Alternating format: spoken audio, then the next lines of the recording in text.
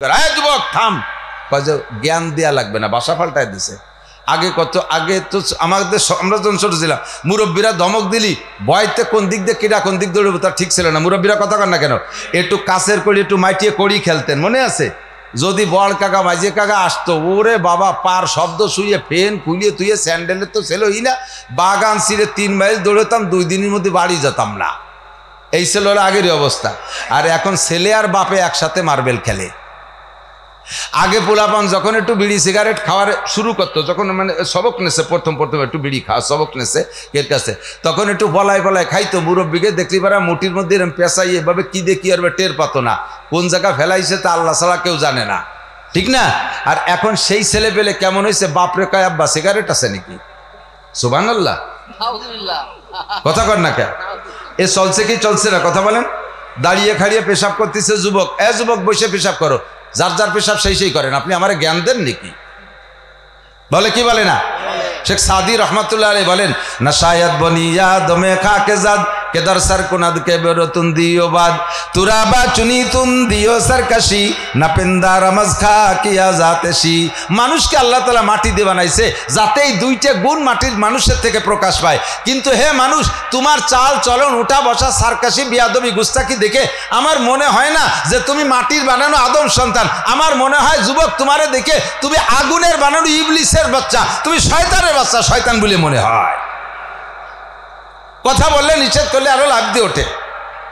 বসে পেশাব করতে গেলে দাঁড়ায় পেশাব করে, দাঁড়ায় পেশাব করতে যে বসতে গেলে ফিরে ঘুরিয়ে আপনার দিক ফিরে দাঁড়াবে, আর এক বিপদ।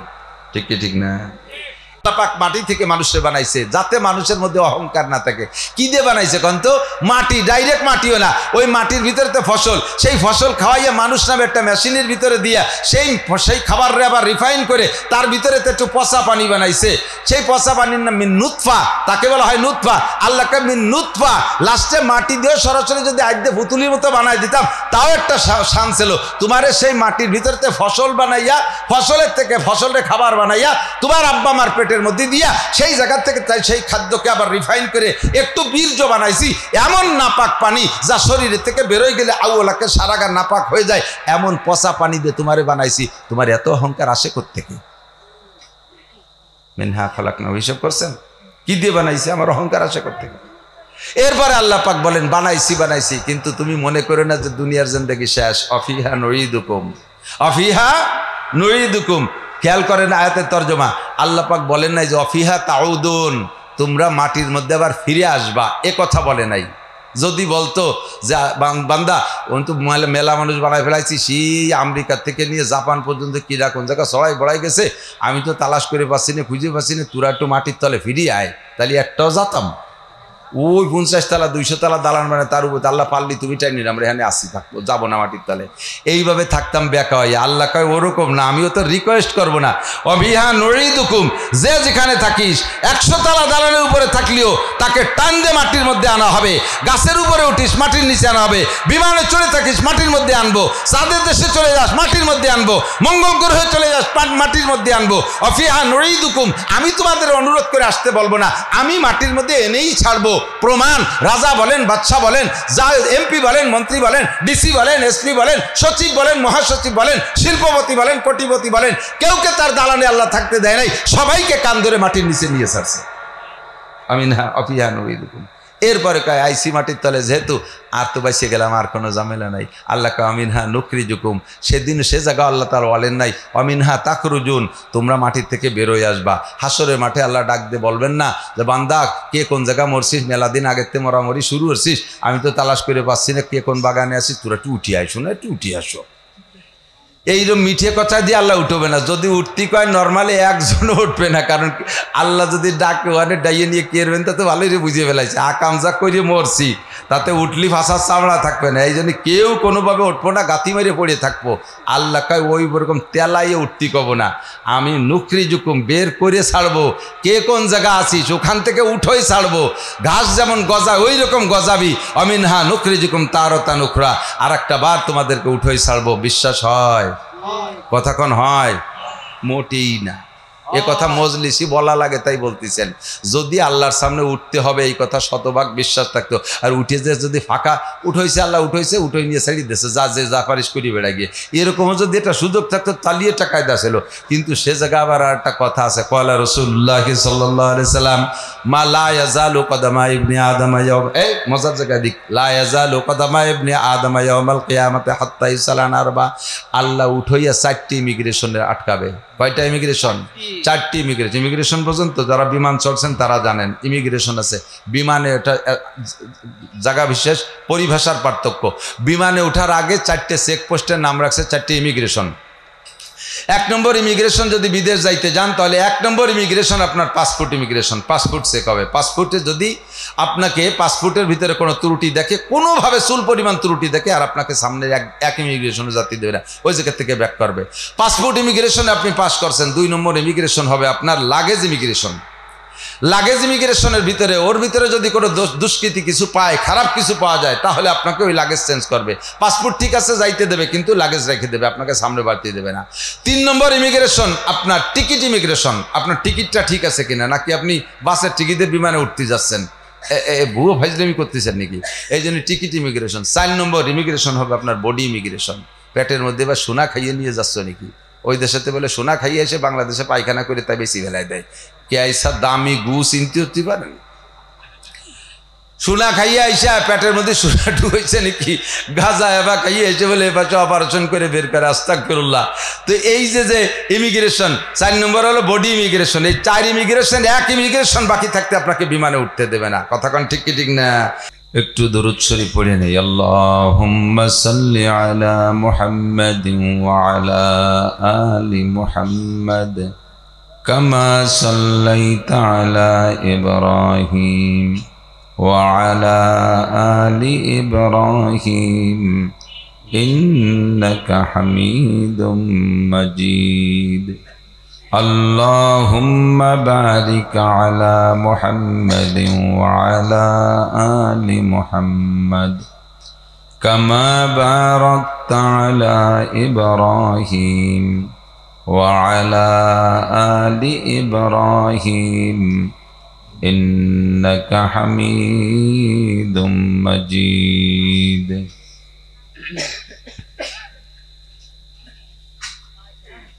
ঐতিহ্যবাহী বল্লভদী হাফেজিয়া মাদ্রাসা এতিমখানার উদ্যোগে আয়োজিত বার্ষিক ওয়াজ মাহফিল। মাহফিলের সম্মানিত সভাপতি শাইখুল হাদিস হযরতুল আল্লাম আলহাজ হযরত মাওলানা মুফতি আব্দুল কাইয়ুম সাহেব, শিক্ষা সচিব কাসিমুল উলুম মাদ্রাসা নগরকান্দা ফরিদপুর। এতক্ষণ পর্যন্ত বয়ান করেছেন হযরতে উলামায়ে কিরাম, মাদ্রাসার সুযোগ্য সুদক্ষ মোহতামিম সাহেব হুজুর, যোগ্য আসাতিজায়ে কিরাম, আজিজ আমতুলাবা, এই অঞ্চলের অনেক অনেক উলামায়ে কিরাম, আইম্মায়ে মাসাজিদ, প্রাণপ্রিয় দেশবাসী, আল্লাহ তাবারাক ওয়া তাআলা শাহী দরবারে শুকর আদায় করি যে আল্লাহ পাক রব্বুল আলামিন আমাদের হাজারো নাফরমানি করা সত্ত্বেও আমাদেরকে সুস্থ রেখেছেন, বাঁচায় রেখেছেন, তার অসংখ্য নিয়ামত রাজি আমাদের উপরে এখনো অব্যাহত রেখেছেন।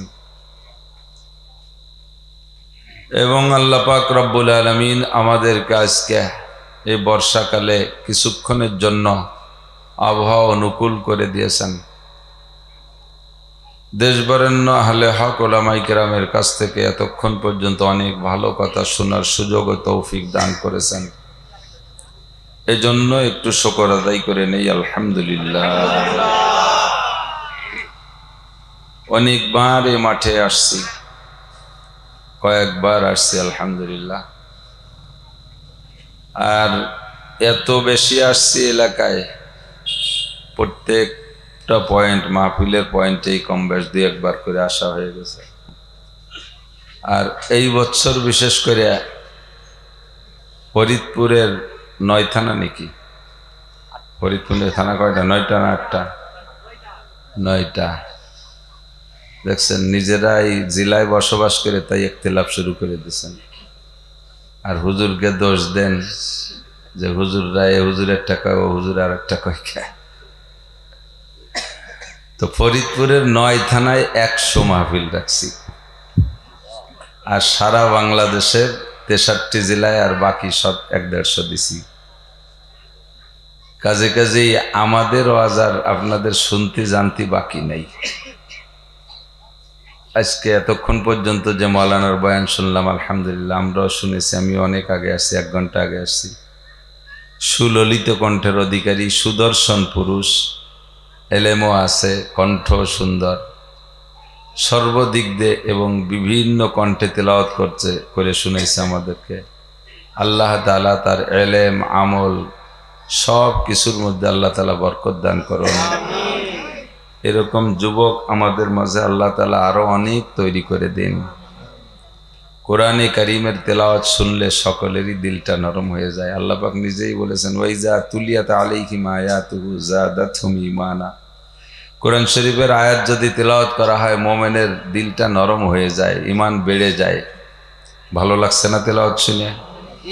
কণ্ঠ আল্লাহর দান, সকলের থাকে না। যাদের কণ্ঠ নাই, অনেকে কণ্ঠওয়ালাদের হিংসা করে, প্রতিহিংসা করে, মানে হাসাদ করে, সমালোচনা করে। হ্যাঁ, সুর আছে, সুর দিয়ে বেড়াচ্ছে, নিজের নাই বিদায় আর একজনের সুর পছন্দ করে না।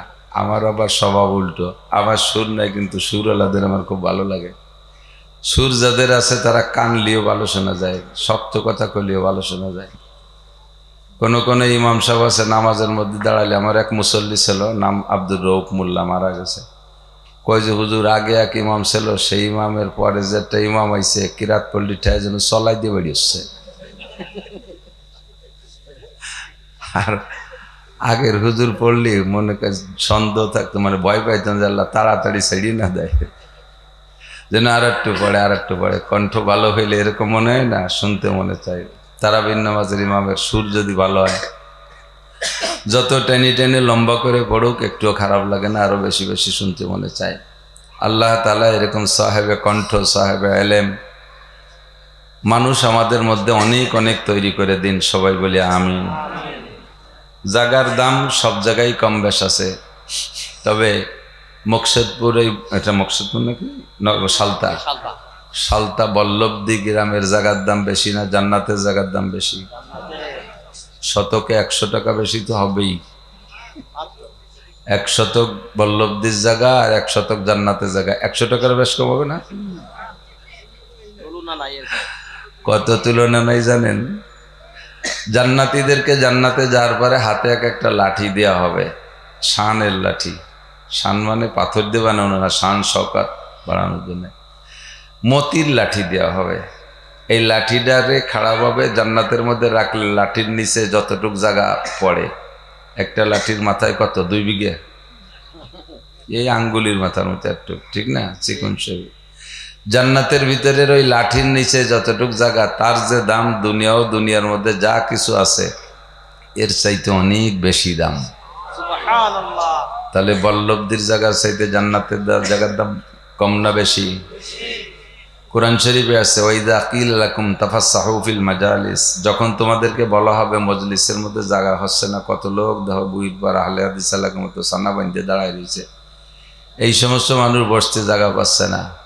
যখন এরকম পরিস্থিতি দেখা যায়, আর সেই সময় যদি কেউ বলে যে তাফাসসাহু ফিল মাজালিস, একটু জায়গা করে দেন, যদি বলা হয়, আল্লাহ বলে দিয়েছেন যদি বলে, না বললি না বললো, যদি বলে তাহলে ফাফসাহু, একটু জায়গা করে দাও। আপনি হয়তো বলবেন যে আল্লাহ আমি কোন সময় আইসে আগের থেকে ফাঁসা দিয়ে ঘষে জায়গা সাফ করে একটু ডাটে বইছি, আর এই জায়গা ছাড়িয়ে দিয়ে সামনে আগায় যাব, কিডা ওর মধ্যে ধুলোবালি মাখায় ধুইছে, তো আমি এত ভালো জায়গা ছাড়িয়ে দিয়ে সামনে গেলে আমারে কি দিবা কও? আমার যদি পছন্দ হয় তাহলে ছাড়বো, নাহলে ছাড়বো না। আল্লাহ এটা বুঝে সাথে সাথে বলে দিয়েছে, আফসাহিল্লাহু লাকুম, আল্লাহ তাআলা তোমার এর চেয়ে ভালো জায়গা দিবেন। আলহামদুলিল্লাহ। তো তাফসীরের মধ্যে বলা হয় এর চেয়ে ভালো জায়গা মানে দুনিয়ার সব জায়গাতে এক দরে বিক্রি হয়, তো এর চেয়ে ভালো জায়গা জান্নাত ছাড়া আর হতে পারে না। কাজেই আপনি যতটুক জায়গা ছেড়ে দিবেন, অতটুক জায়গা কমপক্ষে আপনাকে আল্লাহ তাআলা জান্নাতের মধ্যে দান করবেন।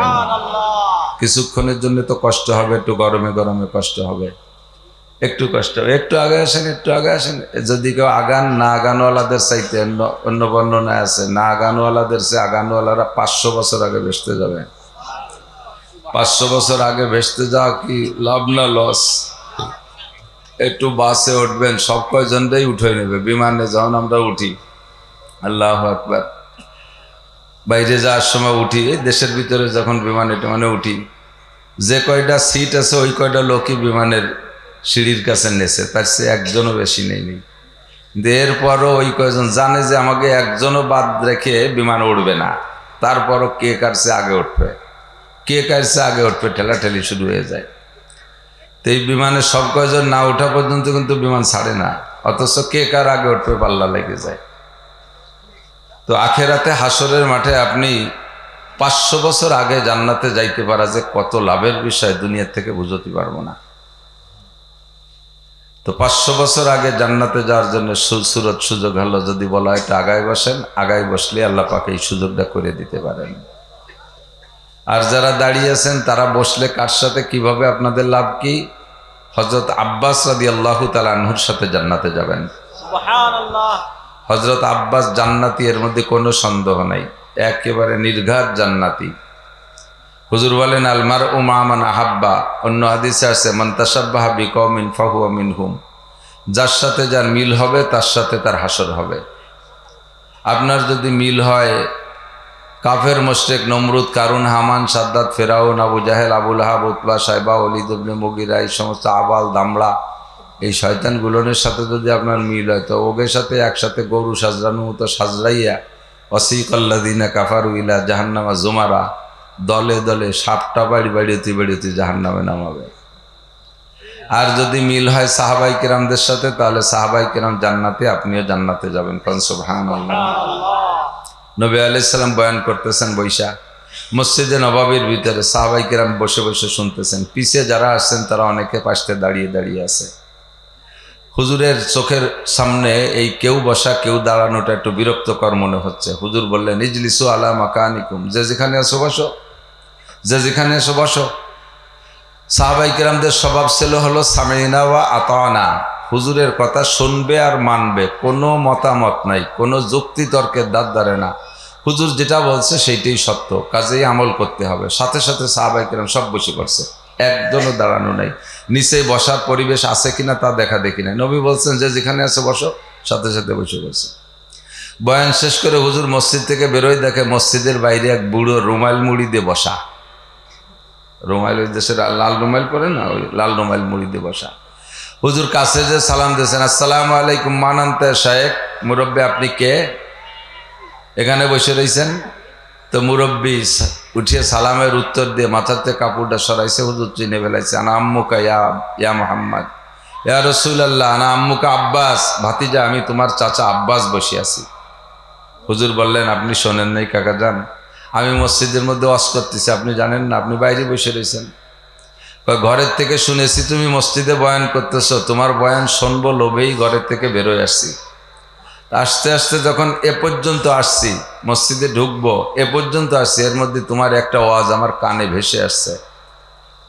তখন আমি বললাম আব্বাস তুমি তো নবী পাকের বয়ান শুনবা আমল করার জন্য, তো যে বয়ানটা কানে আসছে এই বয়ানটার আমল এখনই করে ফেলো। হুজুর বললেন না বয়ানটা কি ছিল? তুমি তখন বলতেছিলে যে যে যেখানে আছো বসে পড়ো। তা আমি এখানে ছিলাম, তখন আমি এখানেই থেকে তোমার ওই কথাটা শুনছি। তখন আমাকে বললাম যে আব্বাস আর এক কদমও বাড়া ঠিক হবে না, তাই হুজুর আমি এই জায়গায় বসে পড়ছি, আমি আর ভিতরে যাইতে পারিনি। হুজুর জড়াই দিয়ে কপালে চুমো খেলেন, বললেন এজন্যই তো আপনারা সাহাবী। এই যোগ্য মানুষগুলোকে আল্লাহ তাআলা খুঁটিয়ে বেছে রুহের জগতে থেকে বাছাই করে নবী পাকের জামানায় পাঠাইছে, যাদের স্বভাবই ছিল শুনবো আর মানবো, শুনবো আর। আমরা সাহাবাই কিরামদের সাথে যদি এদিক দিয়ে একটু মিল করতে পারি, তাহলে আমরাও সাহাবাই কিরামদের সাথে জান্নাতে যাব। আমাদের উপরে আল্লাহ পাকের সন্তুষ্টির ঘোষণা আছে, শুনলে আজীব হবেন। আমরা মনে করি শুধু সাহাবাই কিরামদের সম্পর্কে আল্লাহ পাক রাদিয়াল্লাহু আনহুম ওয়া রাদু আনহু বলেছেন, না এটা না। সাহাবাই কিরামদের সম্পর্কে তো অবশ্যই এর শব্দ আল্লাহ পাক ব্যবহার করেছেন। কি তর্জমা কি?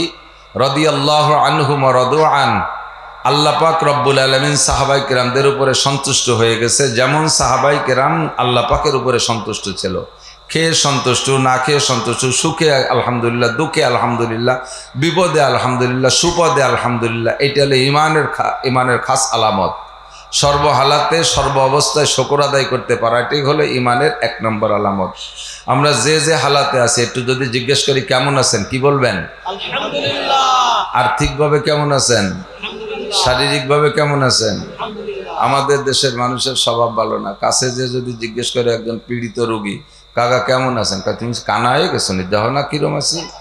আল্লাহ পাইছে তো আমারে, তবলিগিতে আইসে পারলাম না, আসার সময় অ্যাক্সিডেন্ট করে ঠ্যাংখান খোলা হয়ে পড়ে রয়েছি। এ বলার দরকার নাই, বলতে হবে কি আলহামদুলিল্লাহ, সর্বহালাতে আলহামদুলিল্লাহ। এই জন্য সাহাবায়ে কিরামদের এই স্বভাব। আল্লাহ পাক রব্বুল আলামিন বলেন, আস-সাবিকুনাল আউয়ালুনা মিনাল মুহাজিরিনা ওয়াল আনসার ওয়াল্লাযীনা ইত্তাবাউহুম বিইহসান রাদিয়াল্লাহু আনহুম ওয়া রাদু আন। শুনছেন নাকি? আয়াত খেয়াল করছেন? আমার সুর নাই, আমি এভাবেই বলি, এভাবেই বলবান ইনশাআল্লাহ যতটুকু পারি। আস-সাবিকুনাল আউয়ালুনা মিনাল মুহাজিরিনা ওয়াল আনসার, সাহাবায়ে কিরামদের প্রথম 2 দল, এক দলের নাম মুহাজির আর এক দলের নাম জানেন না? আর এক দলের নাম কি? আরে ব্যাটালিয়ান আনসার মনে রাখলি তো। আমাদের দেশে তো যে কত আনসার আছে, আমাদের দেশের আনসাররা একদিন সোচে না, মুইতে পানি নেয় না, নামাজ কালামের দাঁত ধরে না, মন্দির পাহারা দেয়, যাইয়ে তাকে সাথে লাড্ডু মাড্ডু খাইয়ে আসে। লাড্ডু খা আনসার আছে না নাই? এই আনসার না, এই আনসার সে আনসার না। একজনের নাম আতর আলী, শুনে মনে হয় যেন কি পরিমাণ গেরান, তার বগল দিয়ে চুষো মরা গন্ধ, গালে কুইয়ে গন্ধ, নাম তো আতর আলী। আতর আলী হলি গায়ে গেরান হয় না, ঠিক না? তো এই আনসার সেই আনসার না। সাহাবায়ে কিরামদের ভিতরে 2 দল, মুহাজিরিনা ওয়াল আনসার। আল্লাহু আকবার। শুনলে আজীব হবেন আনসারদের সাওয়ানেহ, তাদের জীবনী শুনলে। একটা দুটো বলি ছোট্ট করে, আনসার কারা, তাদের জীবনী হালাত কেমন ছিল। নবী পাক মক্কা থেকে যাদেরকে নিয়ে গেছে মদিনায়, তাদের নাম তো মুহাজিরিন। তার ভিতরে আবু বকর আছে না? হাজী সাহেব আছেন নাকি কেউ? হাজী সাহেব আছেন। আবু বকর রাদিয়াল্লাহু তাআলা আনহুর বাড়ি দেখছেন না? হিলটন টাওয়ার, বিশাল বিল্ডিং, ওর ভিতরে নামাজের ফ্লোর আছে একটা অনেক বড়। 1 বিঘে আমাদের এখানের 52% বিঘের 1 বিঘের চেয়ে বেশি হবে, এত বড় জায়গা আবু বকর রাদিয়াল্লাহু আনহুর বাড়ি। এই জায়গাটার উপরে বিশাল বিল্ডিং, মক্কার ঘরের পাশে একেবারে নিকটে। ও পাশে আবু জাহেলের বাড়ি আর হুজুরের বাড়ি, সফা মারোয়ার ওই পাশে, আর এই পাশে মিসফালা রোডে ঢুকেই ডান পাশে আবু বকর রাদিয়াল্লাহু আনহুর বাড়ি, কাবা ঘরের এ পাশে আর ও পাশে। তো এত নিকটে আর কাহারও বাড়ি নাই। এখন ওই জায়গা কোনো জমি কেনা বেচা হয় না। যদি কিনা বেচা করতে হয়, কোনো ধনাঢ্য ব্যক্তি যায় যে আমার বাচ্চা এখান থেকে একটু জমি বেচেন আমার কাছে, কোনো মতেও না। কেউ কেউ বলে যে ও জায়গার 1 ফুট জমি কিনতে 1 ফুট স্বর্ণ লাগে। এই জায়গাটা আবু বকরের বাড়ি। ফেলাই থুইয়া রসুলের সাথে মদিনায় চলে গেছে। কত বড় ত্যাগ! গল্পই শুধু বলি আর আপনারা শোনেন, আমরাও জানি আর বলি, আপনারাও শোনেন, কিন্তু সেই চেতনার সেই দরদ আমার আপনার কাহারও মধ্যে নাই। বউ বাচ্চা সব ফেলে রেখে, বাচ্চা কাচ্চা কেউ নেয় নাই, সব রয়ে গেছে মক্কায়। আর উনরা 2 জন চলে গেলেন। কি পরিমাণ নির্যাতন তাদের উপর হবে এটা ভালো করে জানে আবু বকর। কোনো তোয়াক্কা না করে, আল্লাহ ডাক দিয়েছে, রসুল ডাক দিয়েছেন, বাস চলেন যাই। আল্লাহু আকবার। মদিনায় যারা ছিলেন তাদের কুরবানি কেমন? এরকম মুহাজিরিন সাহাবাদের প্রত্যেকেরই কুরবানি আছে। মদিনায় যারা ছিলেন আনসার, তাদেরকে হুজুর গিয়ে বললেন, চাইয়ে 4টে ওয়াজ করছেন। কয়টা? 1 নম্বরে আফসোস সালাম, আপোষে বেশি বেশি সালাম দাও। মদিনায় যাইয়ে হুজুর 4টে ওয়াজ করছেন। একেবারে সর্বপ্রথমে 4টে ওয়াজ আবু আইয়ুব আনসারীর বাড়ি বৈশা। আফসোস সালাম, বেশি বেশি সালাম দাও। কত বেশি সালাম! এই একটা গাছের এই পাশে একবার দেখা হয়েছে, সালাম দিয়েছো, গাছটা ঘুরে আইছে, আর একবার দেখা হয়েছে, আবারও বলো আসসালামু আলাইকুম রহমতুল্লাহ। কারণ সালাম হলো 1 নম্বর দোয়া। একেবারে নগদে সামনের পর মেনশন করে টার্গেট করে দোয়া, আসসালামু আলাইকুম, মানে তোমাদের উপরে আল্লাহর পক্ষ থেকে শান্তি, রহমত আর বরকত নাজিল হোক। আপনিও উত্তরে তাই বলেছেন, শুধু ভাষা মানে শব্দটা উল্টাই দিচ্ছেন, কিন্তু তর্জমা কি, ওয়া আলাইকুম আসসালাম ওয়া রাহমাতুল্লাহি ওয়া বারাকাতুহু, আপনার উপর আল্লাহর শান্তি আর রহমত আর বরকত হোক। সকলে যদি একে অপরকে বারবার এরকম সালাম দিয়ে করি, তার মানে এত পরিমাণ দোয়া করি, তাহলে আল্লাহ পাক রব্বুল আলামিন আসমান থেকে রহমত, শান্তির বরকত নাজিল করতে বাধ্য হয়ে যায়। এই জন্য আফসোস সালাম, বেশি বেশি সালাম দাও। দেবেন তো সালাম বেশি বেশি, স্যালুট দেবেন না। ইসলামের পদ্ধতি একে অপরকে সালাম দেওয়া। আসসালামু আলাইকুম পরিষ্কার করে বলবেন। ফোনে সালাম দেয় কিরকম? ওয়ালাইকুম স্যার, ছয়কম স্যার।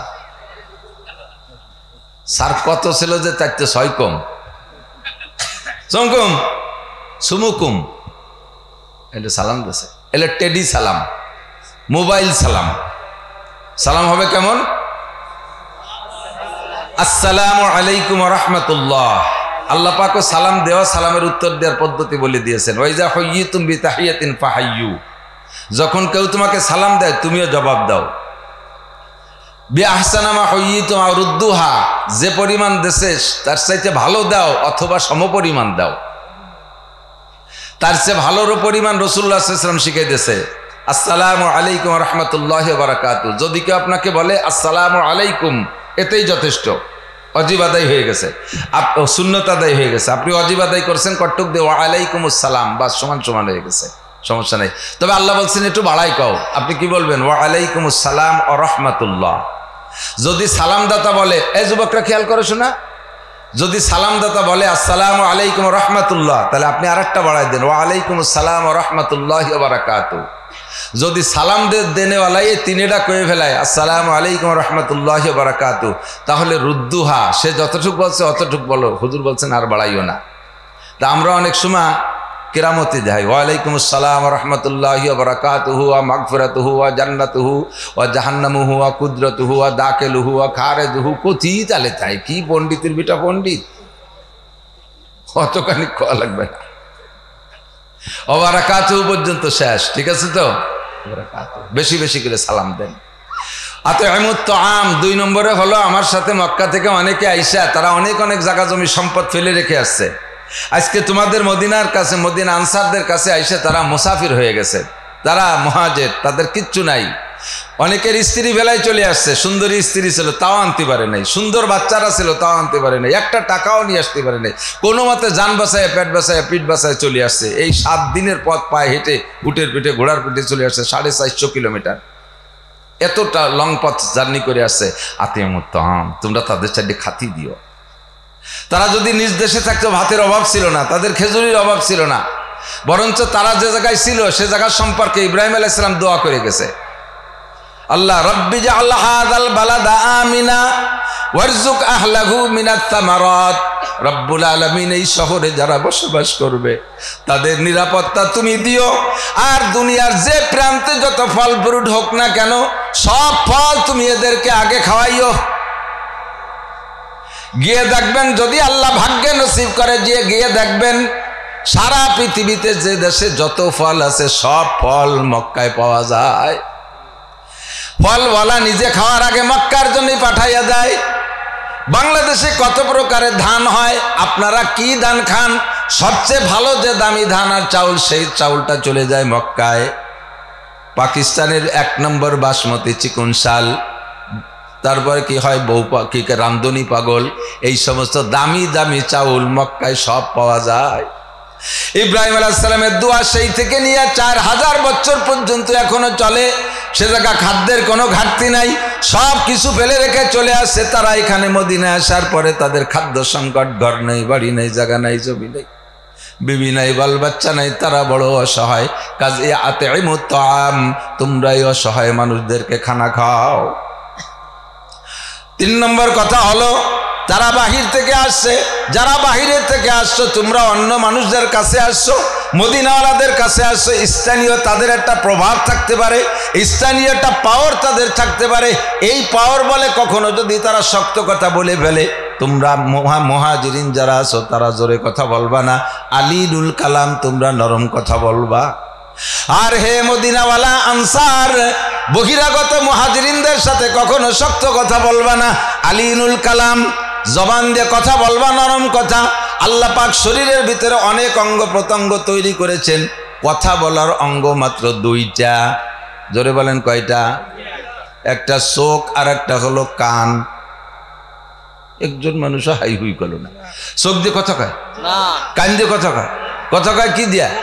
মুখের মধ্যে 2টা পার্টস লাগে কথা বলতে, ঠোঁট আর জিহ্বা, ঠিক না? দাঁত নাই, বুড়ো বুড়ো মানুষ কথা কয় না, একটু অস্পষ্ট হয়। দুই একটা অক্ষর ভালোই কইতে পারে, কিন্তু ঠোঁট না থাকলে কথা কওয়ার কাজ না। আর জিব্বে না থাকলে তো আরই মার খাইছে, ঠিক না? কথা বলার অঙ্গ কয়টা? জিব্বা আর ঠোঁট। এই দুইটি অঙ্গের মধ্যে হাড় আছে, এই দুটির মধ্যে হাড্ডি আছে? জবানের জিব্বের মধ্যে হাড্ডি নাই, ঠোঁটের মধ্যে হাড্ডি নাই। এক শায়ের বলেন, আজবারায়ে নরম গুপ্তান সুজবাবে উস্তখা গুপ্ত গুয়েলা মুলায়েম নিস্তেকারে আকেলা। সব অঙ্গের মধ্যে হাড় দিয়েছে আল্লাহ, কথা বলার যে দুটি অঙ্গ এর মধ্যে হাড্ডি দেই নেই। কেন দেই নেই? এ দুটোরে নরম রাখছে যাতে তুমি মিষ্টি মিষ্টি নরম নরম কথা বলতে পারো।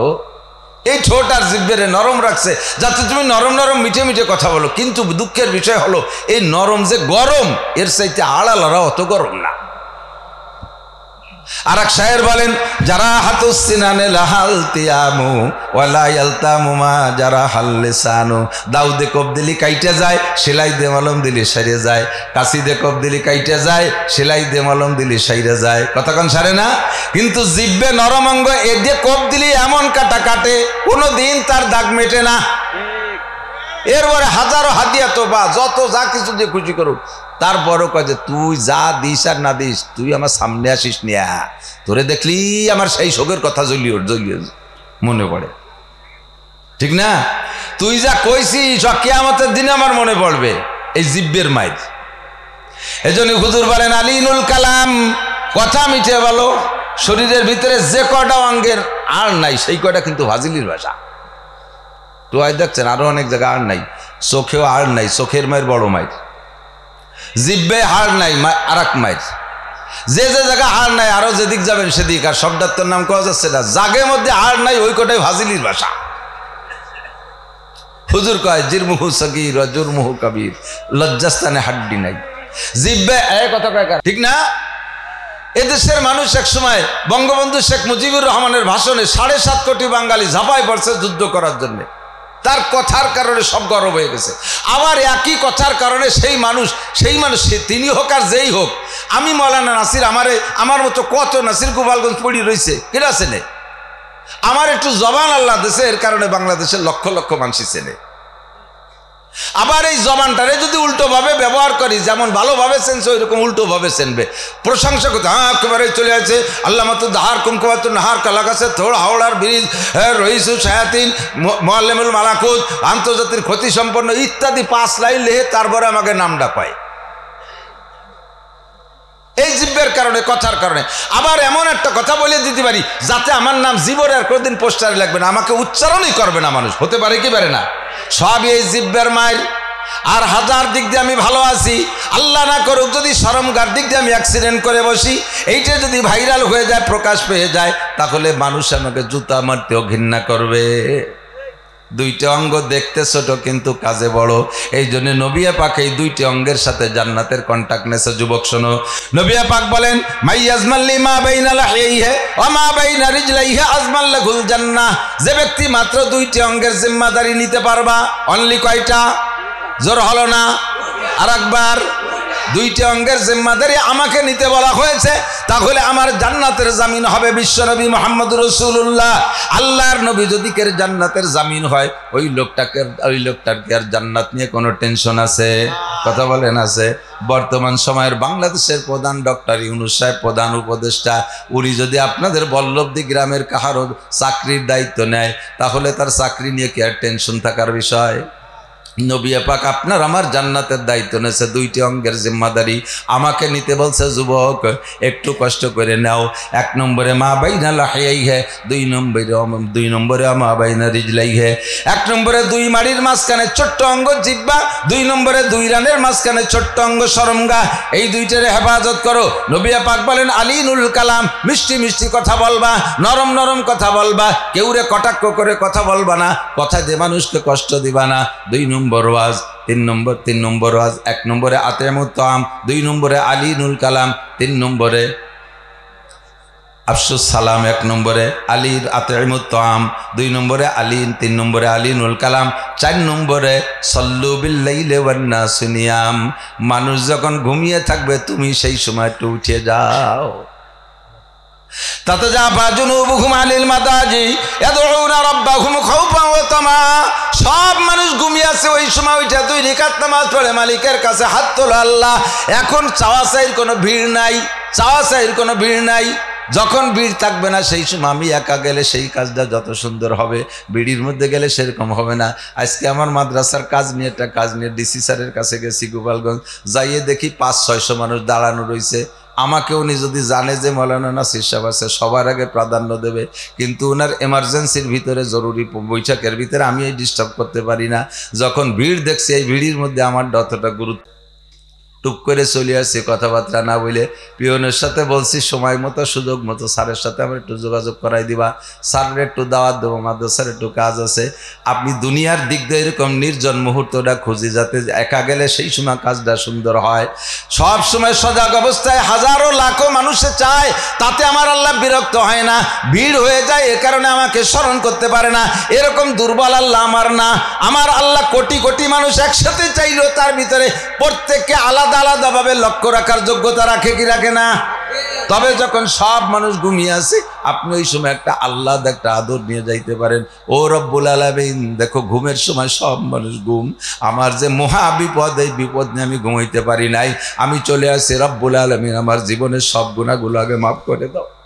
আয় আল্লাহ, আব্বা মা আমাকে জীবন ভরে লেখাপড়া শিখাইছে, লক্ষ লক্ষ টাকা আমার পিছনে খরচ করছে, এখন সরকারি কোনো চাকরি পাই না, আয়ের কোনো উৎস পাই না, বৃদ্ধ আব্বা আমাকে কি করে আমি ইনকাম করে খাওয়াবো?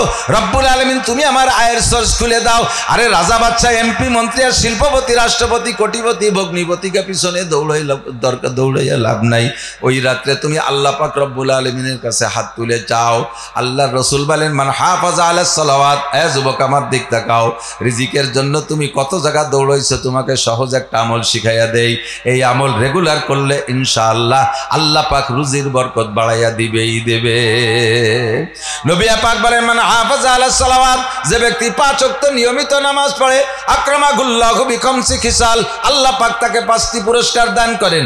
1 নম্বরে নাম্বার 1, 1 নম্বর একেবারে নাম্বার 1, 1 নাম্বার ইরফান গুযিকুল আইশ, নামাজি ব্যক্তিকে আল্লাহ তাআলা রুজির অভাবের মধ্যে ফেলে না।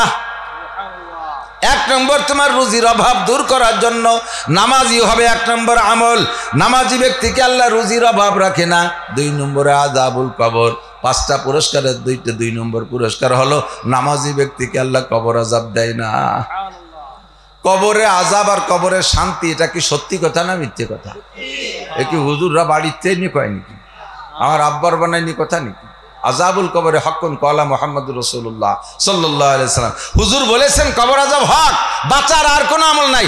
100 হজ আছে, ওই দিয়ে আলাদা পুরস্কার, 1000 খতমে কোরআন আছে, তাই দিয়ে আলাদা পুরস্কার, তোমার কোটি কোটি টাকা যাকাত দেওয়া আছে, তাই দিয়ে আলাদা পুরস্কার, বছর ভরে সিল্লা লাগাইছো, এর আলাদা পুরস্কার, 24 ঘন্টা জিকির করছো, এর আলাদা পুরস্কার। কবর আযাব থেকে বাঁচতে হলে একমাত্র নামাজ ছাড়া বিকল্প কোনো আমল নেই। কবর আযাব থেকে বাঁচতে হলে, কবর আযাব থেকে, যদি কবর আযাবকে বিশ্বাস করেন তাহলে ইয়াকিন রাখেন কবর আযাব থেকে বাঁচার আমল কি? একটু মুখে বলবেন। কিয়ামতে যাতে অস্বীকার করতে না পারেন আর আমাকে বার দোষারোপ না করতে পারেন, এই জন্য মাঝে মাঝে মস্ক করাই। আপনারা কিয়ামতে ধরবে যে এই কবর আযাবের, কবরে গেলেই ধরবে এই কবর আযাব আসছে, তুই শুনিস নেই কোনোদিন, হুজুরটা কই নেই যে কবর আযাব থেকে বাঁচতে হলে নামাজ লাগবে। সে সময় কী করবেন? আরে এই হুজুর খেলে দুনিয়ার ভাও গল্প সল্প করি ডৌডৌরি কাটায় গেছে। আল্লাহ চেনো না তুমি আমি কত ভালো মানুষ। যদি হুজুররা খালি নামাজের কথা একটু টাইট করে কত, তাহলে কি আমি নামাজ না পড়ি ছাড়ি? আমি কত ভালো মানুষ জানো না? ফেরেশতারা কত তোমার সুফা খসা ফেলা দিলাম। তুই ওই জায়গায় নামাজের কথা, নামাজে কবর আযাব থেকে বাঁচায়, এই কথা তুই নিজেই মস্ক করছিস। বিশ্বাস না হয় ইকরা কিতাবাকা, তোর কিতাব খান খুলে দেখ, দেখ তোর কিতাব খুলে দেখ। কাফা বিনাফসিকা আল-ইয়াওমা আলাইকা হাসিবা, আজকে হিসাবের জন্য তোর আমলনামায় যথেষ্ট, সব আমলনামায় লেখা আছে। জোরে বলেন আছে না নাই? আমলনামা খুঁজে বের করতে আপনার কোনো স্টিলের আলমারি খোঁজা লাগবে না, দুনিয়ার কোনো কিরানিয়ার মোহরি লাগবে না। আল্লাহ পাক বলেন, ওয়া কুল্লা ইনসানিন আলজামনাহু তাইরাহু ফি উনুকি ওয়া নুখরিজু লাহু ইয়াওমাল কিয়ামাতি কিতাবান ইয়ালকাহু মানসুরা। যার যার আমলনামা তার গলায় ওই মরণের সময় ঝুলোই দিয়ে ফেরেশতা রিটার্ন করে চলে যাবে। রব্বুল আলামিন এই আমলনামা কি করবো? কয় যাত্রা তার গলায় ঝুলোই দিয়ায়, আলাদা এক জায়গায় রাখি। কয় না, ওর মধ্যে গন্ধ করছে, কুইয়ে গন্ধ, ওর গলায় থুইয়ায়, সুদিয়ে গন্ধ, ঘুষিয়ে গন্ধ, জিনার গন্ধ, ব্যভিচারের গন্ধ, আইল ঠেলা গন্ধ, জাল দলিল করা গন্ধ, মিথ্যে সাক্ষী, মিথ্যে মামলা করা গন্ধ। বাংলাদেশের চৌকা লাগে টাকা কুড়োই গুছায় বস্তা বই নিয়ে কানাডা রে ডাইলি দিছে, এতে গন্ধ। কানাডা চেনেন না? দেশের নাম কানাডা। বাংলাদেশের চৌকালারা টাকা পাইনি, সব টাকা চলে গেছে কানাডার কাছে। এতে একটা গন্ধ হয় না? সব গন্ধর গলায় ঝুলে থুয়ে দেবে আর সেদিন খুলে বের করে দেবে। আজকে আমি মস্ক করাই দিছি, কবর আযাব থেকে বাঁচার উপায় একমাত্র আমলের নাম কি বলছেন তো সবাই? দূর, বিশ্বাস হয় না তার কি হবে? নামাজ যদি বিশ্বাস হয় যে কবর আযাব থেকে বাঁচার আমল নামাজ, আর কবর আযাব হক এ কথা যদি ইয়াকিন হয়, তাহলে একটা মানুষ আর মনের ভুলে নামাজ ছাড়তে পারে না। যারা নামাজ পড়েন না তারা কবর আযাব বিশ্বাস করেন না। আমি 1 কোটি বার বলতে পারি, যারা নামাজ পড়েন না খোদার কসম তারা কবর আযাব বিশ্বাস করেন না। ফাসাউফা তারা ইজান কাশাফাল গুবারো আবারসুন তাহতা রিজলিকা আম হিমারো। অন্ধকার কেটে গেলে দোস্ত বুঝবা তুমি ঘোড়ার পিঠে বসা না গাধার পিঠে বসা। দুনিয়ার থেকে বুঝতে পারতেছি না। মর্দ মারা সরবা সরদার খাবেদা গাছতে বেদারা কেউ রব আজ যাহা। দুনিয়া যতক্ষণ আছেন ঘুম আছেন, কবরে যাওয়ার পরে সজাগ হবেন। আর সব চোখ সজাগ হলে যেমন সব দেখা যায়, কবরে যাওয়ার পরে সজাগ হবেন। ফেরেশতা দেখবেন, কবর আযাব দেখবেন, জান্নাত দেখবেন, সব কিছু দেখতে পারবেন। সেদিন দেখে চিৎকার মেরে বলবেন কি, রব্বানা আখরিজনা মিনহা ফাইন উদনা ফাইন্না যালিমুন রব্বানা আবসারনা ওয়া সামি'না ফারজিনা নামাল সালিহান ইন্না মুকিনুন। রব্বুল আলামিন দুনিয়ায় থাকতে বুঝি নাই, এখন তো সবই দেখতেছি, সব সত্য কথা, একটাও মিথ্যা না। আর একটা বার তুমি দুনিয়ায় পাঠায় দাও। খোদার কসম এই কথাগুলো বলবেন, রব্বানা আখরিজনা মিনহা, আল্লাহ এখান থেকে বের করে দাও, ফাইন উদনা ফাইন্না যালিমুন। আবার যদি এই অন্যায়গুলো করি, যে অন্যায়ের কারণে অ্যারেস্ট হয়েছি, যে অন্যায়ের কারণে ফেরেশতারা রিমান্ডে নিয়ে আসছে, এই অন্যায় যদি আর পুনরায় করি, ফাইন উদনা ফাইন্না যালিমুন, তখন তুমি জালেম সাব্যস্ত করে যে বিচার করবা কোনো কথা বলবো না। আল্লাহ তুমি আর একটা বার বের করে দাও। 70 লক্ষ বছর পর্যন্ত চিৎকার করার পরে আল্লাহ পাক বলবেন, ইকসাউ ফিহা ওয়ালা তুকাল্লিমুন, কোনো কথা বলবি না। আলাম ইয়াতিকুম নাযির, তোমাদের কাছে কি দুনিয়ায় বক্তারা যায় নাই? আলাম ইয়াতিকুম নাযির, তোমার কাছে কি বক্তা যায় নাই? ভীতি প্রদর্শক যায় নাই? এই বয়ানগুলো কি তোমার সামনে হয় নাই? আল্লাহর সামনে ধরা পড়ে যাবা।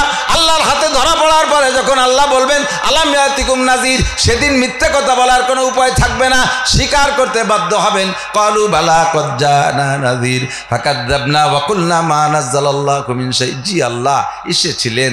এই যে হুজুর দাঁড়ায় দাঁড়ায় কতক্ষণ কি চমৎকার কথা বলবে।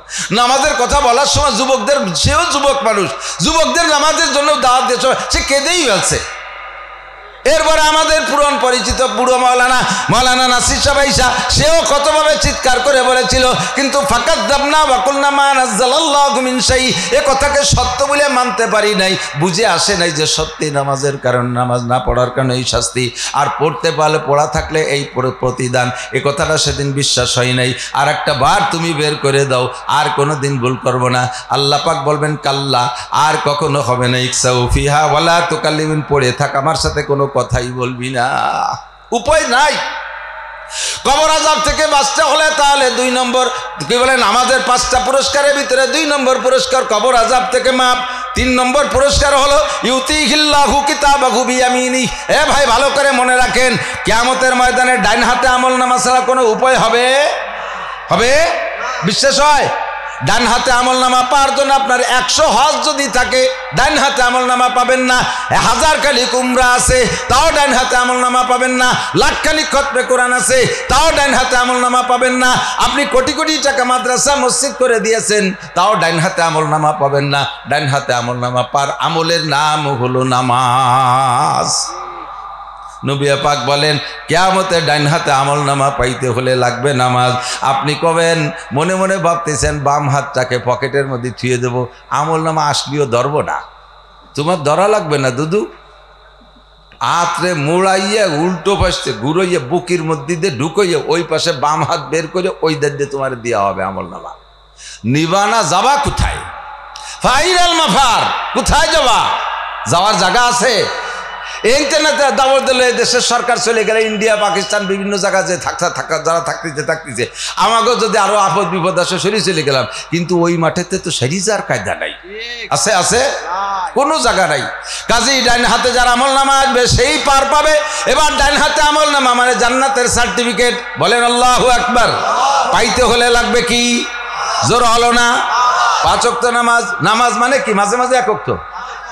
5 ওয়াক্ত নামাজ মানে কি? 2 দিন নামাজ খালি 5 ওয়াক্ত নামাজ, 5 সালাওয়াত, 3 তারা জাহুন্নাল্লাহ 5 ওয়াক্ত নামাজ। 3 নম্বর পুরস্কার। 4 নম্বর পুরস্কার, ডান হাতে আমল নামা পাইয়া এবার আপনি বলবেন, ও ফেরেশতারা জান্নাত কোন দিক দেখায় দাও। এবার ফেরেশতারা বলবে এই দিক দিয়ে জান্নাত। কদ্দূর আগে দেখবেন বিশাল এক নদী, তা পার হওয়ার কোনো কায়দা নাই, খিয়াও নাই, নৌকো নাই, ফেরিও নাই, বড় একটা ব্রিজও নাই, সিকুড একটা পোল আছে, নাম তার সিরাত। নাম কি? সিরাত, পুল সিরাত, নাম হলো সিরাত। বলতেও যেমন লাগতেছে, বাস্তবে এরকম। 30,000 বছরের পথ। 30,000 বছর মানে কয় বছর? 30,000 মানে 2 বছর। 30,000 মানে 30,000। উঠতে এভাবে 10,000 বছর উঠতে হবে, সমতলে 10,000 বছরের পথ চলতে হবে, নামতে হবে আর 10,000 বছরের পথ। আমাদের দেশে মাঝে মাঝে বাঁশের শাখো দেয় না, চার দেয় না খালের উপরে। যদি নিচের পাততলের বাঁশখান একটু দুর্বল হয়, তাহলে দেখে যে উপরে দরার খান কেমন আছে, তলের খান ভেঙে গেলে ওইদিকে ঝুলতে ঝুলতে ভাসে চলবে। এই ভুল সিরাতের এই জায়গা যাইয়ে দিয়েছে, দন্নার বাস্তর নাই আর নিচের ডাজা, তার মধ্যে পাও দেওয়া যায় না, চুলের চাইতে চিকুরার হীরার চাইতে দাঁড়, ওর পর পাও দিলেই কাঠি বুড়িয়ে যাবে। বয়তে আমল নামা যদিও ডাইনাতে আছে, আবার ফেরেশতারা কইছে এই গাং পার হয়ে উপার যাইও, ওই পদ্মা পার হয়ে মাওয়াইদে যাও আর আড়ি সাইডে যাও, উপার না গেলে ঢাকা যাওয়া যাবে না। এ জান্নাতে নদীর উপার পার হবো কিভাবে? ভয়তে আমল নামা ধরে চুপ করে বসে পড়ছে। আল্লাহ তাহলে আর আমাকে কপালে বেসতে নাই, ডাইনাতে আমল নামা পাইছি, এই জায়গা বেশি কিনে তুই একদিন ছেড়ে যেতে হবে না। সব বন্ধুরই বসে, এখন কয় যে বসে থাকলে তো কাজ হবে না, জাতি তো আবার হবেই। কিভাবে? চোখ খুলে দেখা যায় ওই পাশে চলে গেছে, কোন ফাঁকে তা টেরও পাবেন না। চোখ খুলিয়ে দেখবেন যে আপনি ওই পাশে। এর নাম হলো ইয়ামুরু আলা সিরাত কাল বারক, বিদ্যুৎ গতিতে পার হবেন। পুল সিরাত পার হওয়ার জন্য 100 হজে কাজ হবে না, 1000 খানিক উমরায় কাজ হবে না, লক্ষ কোটি টাকা দান করলে পুল সিরাত পার হওয়ার কোনো উপায় নাই। পুল সিরাত পার হওয়ার একমাত্র আমলের নাম হলো, মস্ক হয়েছে ভালো করে। তাহলে যদি বেহেশতে যাইতে হয়, ডান হাতে আমল নামা পাইতে হয়, কবর আযাব থেকে নাজাত পাইতে হয়, তাহলে নামাজ লাগবে।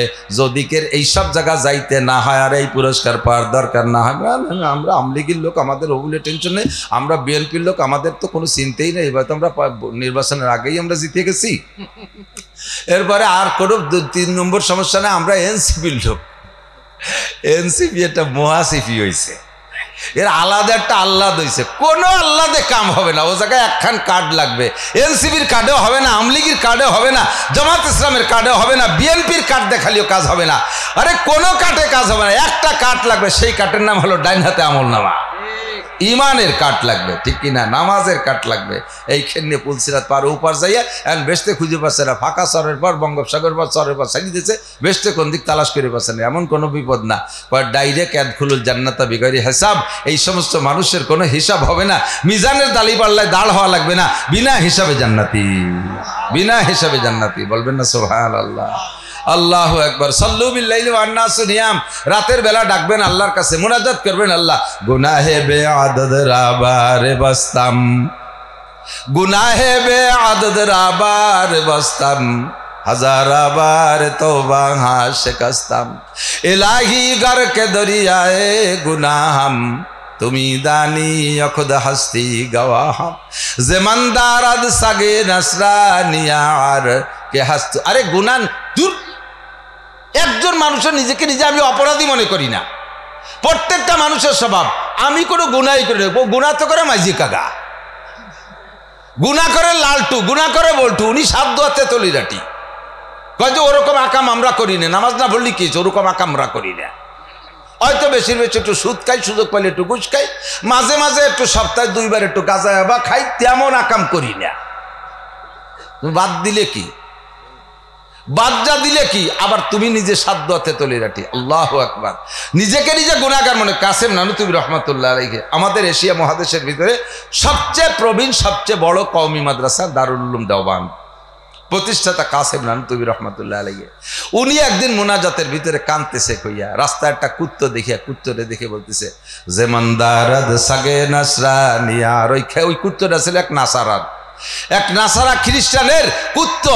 উনি নিজেরে নিজে ধিক্কার দিছে, এ কাসেম তুমি অনেক কিছু নাও, জেমানদারাদ সাগে নাসরানিয়ার কে হাসতুবে গুনাহ মান গুনাহগার। আমি ওই নাসারার কুত্তর সে খারাপ। শুনলে আজীব হবেন, কে বলতেছে? কাসেম নানুতুবি। কাসেম নানুতুবি কে? আহমদ শফি সাহেবের উস্তাদ হুসাইন আহমদ মাদানী। হুসাইন আহমদ মাদানী রহমাতুল্লাহ আলাইহির উস্তাদ মাহমুদুল হাসান দেওবন্দি। মাহমুদুল হাসান দেওবন্দির উস্তাদ কাসেম নানুতুবি। আশরাফ আলী থানবী, তারপরে ইলিয়াস রহমাতুল্লাহ আলাইহি, জাকারিয়া রহমাতুল্লাহ আলাইহি, এর কয়জনের নাম? হাজার হাজার লক্ষ লক্ষ এইরকম বিশ্ববিখ্যাত হক্কানি উলামায়ে কেরামের গোড়ার মুরব্বির নাম কাসেম নানুতুবি রহমাতুল্লাহ আলাইহি, যিনি রাতের বেলা স্বপ্ন দেখছে রাসূলুল্লাহ সাল্লাল্লাহু আলাইহি ওয়াসাল্লাম ওনাকে লাঠি দিয়ে দাগ দিয়ে দেখায় দিয়েছে, এই টুকির মধ্যে মাদ্রাসা করো। সকালবেলা উঠে দেখে যে সেই জায়গায় দাগ পড়ে রয়েছে। এই মানুষটা নিজেরে নিজে কয়, কাসেম তুমি কে জানো? তোমাকে দেখে ওই নাসারার কুত্তরাও ঘৃণা করে, কারণ ওই নাসারার কুত্তদের কোনো আমল নামা নাই, তার মধ্যে একটা সগিরে কবিরে লেখা নাই, আর তোমার আমল নামার মধ্যে সগিরে কবিরে সব লেখা রয়েছে। কাজেই তুমি নাসারার কুত্তর চাইতে ভালো, খারাপ। এই কথা যদি কাসেম নানুতুবি কয়, তাহলে আমার কি কওয়া উচিত কন্ত দেখি? আমি কি গুনাহ করি নাই? হুজুর বলেন সাল্লু বিল্লাইলি ওয়ান নাস নিয়াম। হে নারী আর পুরুষ, মক্কি মাদানী, হে মুহাজিরিন আর আনসার, তোমরা রাতের বেলা উঠে আল্লাহর কাছে কান্নাকাটি করো। উদউ রাব্বাকুম তাদাররুয়া খুফিয়া, গোপনে গোপনে একা একা নির্জনে মালিকের সাথে যোগাযোগ করো।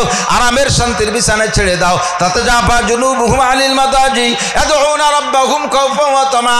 মুমিন আর খাস আল্লাহওয়ালা বান্দাদের আলামত হলো শান্তির বিছানাকে লাথি মেরে ফেলে দিয়ে শেষ রাত্রে উঠা 2 রাকাত নামাজ পড়ে মালিকের সাথে একটু যোগাযোগ করে এই কামগুলো করো। অন্য হাদিসের মধ্যে আছে হুজুর আরেকটা কথা বলেছেন, ওয়াসিলুল আরহাম। ওয়াসিলুল আরহাম, ব্যক্তিত্ব বন্ধন ঠিক রাখো। খেয়াল করেন এদিকে খেয়াল করেন। হুজুর বলেন সিলমান কথা আকা ওয়া আবু আম্মান জালামাকা ওয়া আতিমান। সিলমান কথা আকা ওয়া আবু আম্মান জালামাকা। আরেকটা শব্দ ভুলে গেছে। হুজুর বলেন যে তোমার সাথে ভ্রাতৃত্ব বন্ধন কেটে দেয় তার সাথে বন্ধন করো, সিলাই রেহমি করো, ভ্রাতৃত্ব বন্ধন ঠিক রাখো। খেয়াল করতেছেন, এদিকে খেয়াল করতেছেন, অপ্রয়োজনীয় মনে করতেছেন। এটা রসুলের ওসিয়াত, বিদায় লগ্নের ওসিয়াত। সিলমান কথা আকা।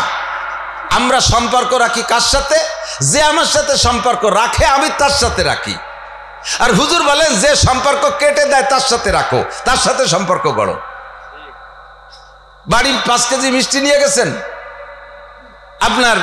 আপনি বললেন আপনার স্ত্রীকে বললেন, ওই মাঝে ভাইয়ের ছেলে মেয়েকে কটা দাও, মেয়ের ছেলে মেয়েকে কটা দাও, বর চাষি বাইসি আছে ওনারে কটা দাও, এইভাবে করে দিয়েছেন আপনি। আপনার বউ কয় কি, তোমার হুকুম মতো দিবানি, আনার দায়িত্ব তুমি আনছো, দেওয়ার দায়িত্ব আমার, এখন কেশিয়ার আমি। তাকে দেওয়া যাবে না? কয় না, সেদিন তার জামাই আইছে, আমার ছেলে মেয়েকে সামনে মিষ্টি খাইছে, আমাকে দেই নেই। যদি তারা দিত তাহলে আজকে দিতাম। এর নাম হলো তারা যদি সম্পর্ক রাখে তাহলে রাখলাম। তারা দাওয়াত দেশে আমি দাওয়াত দেব, তারা আমাদেরকে দেশে আমরা তাকে দেব, তারা আমারে ভালো খায় আমি তারে ভালো খাবো।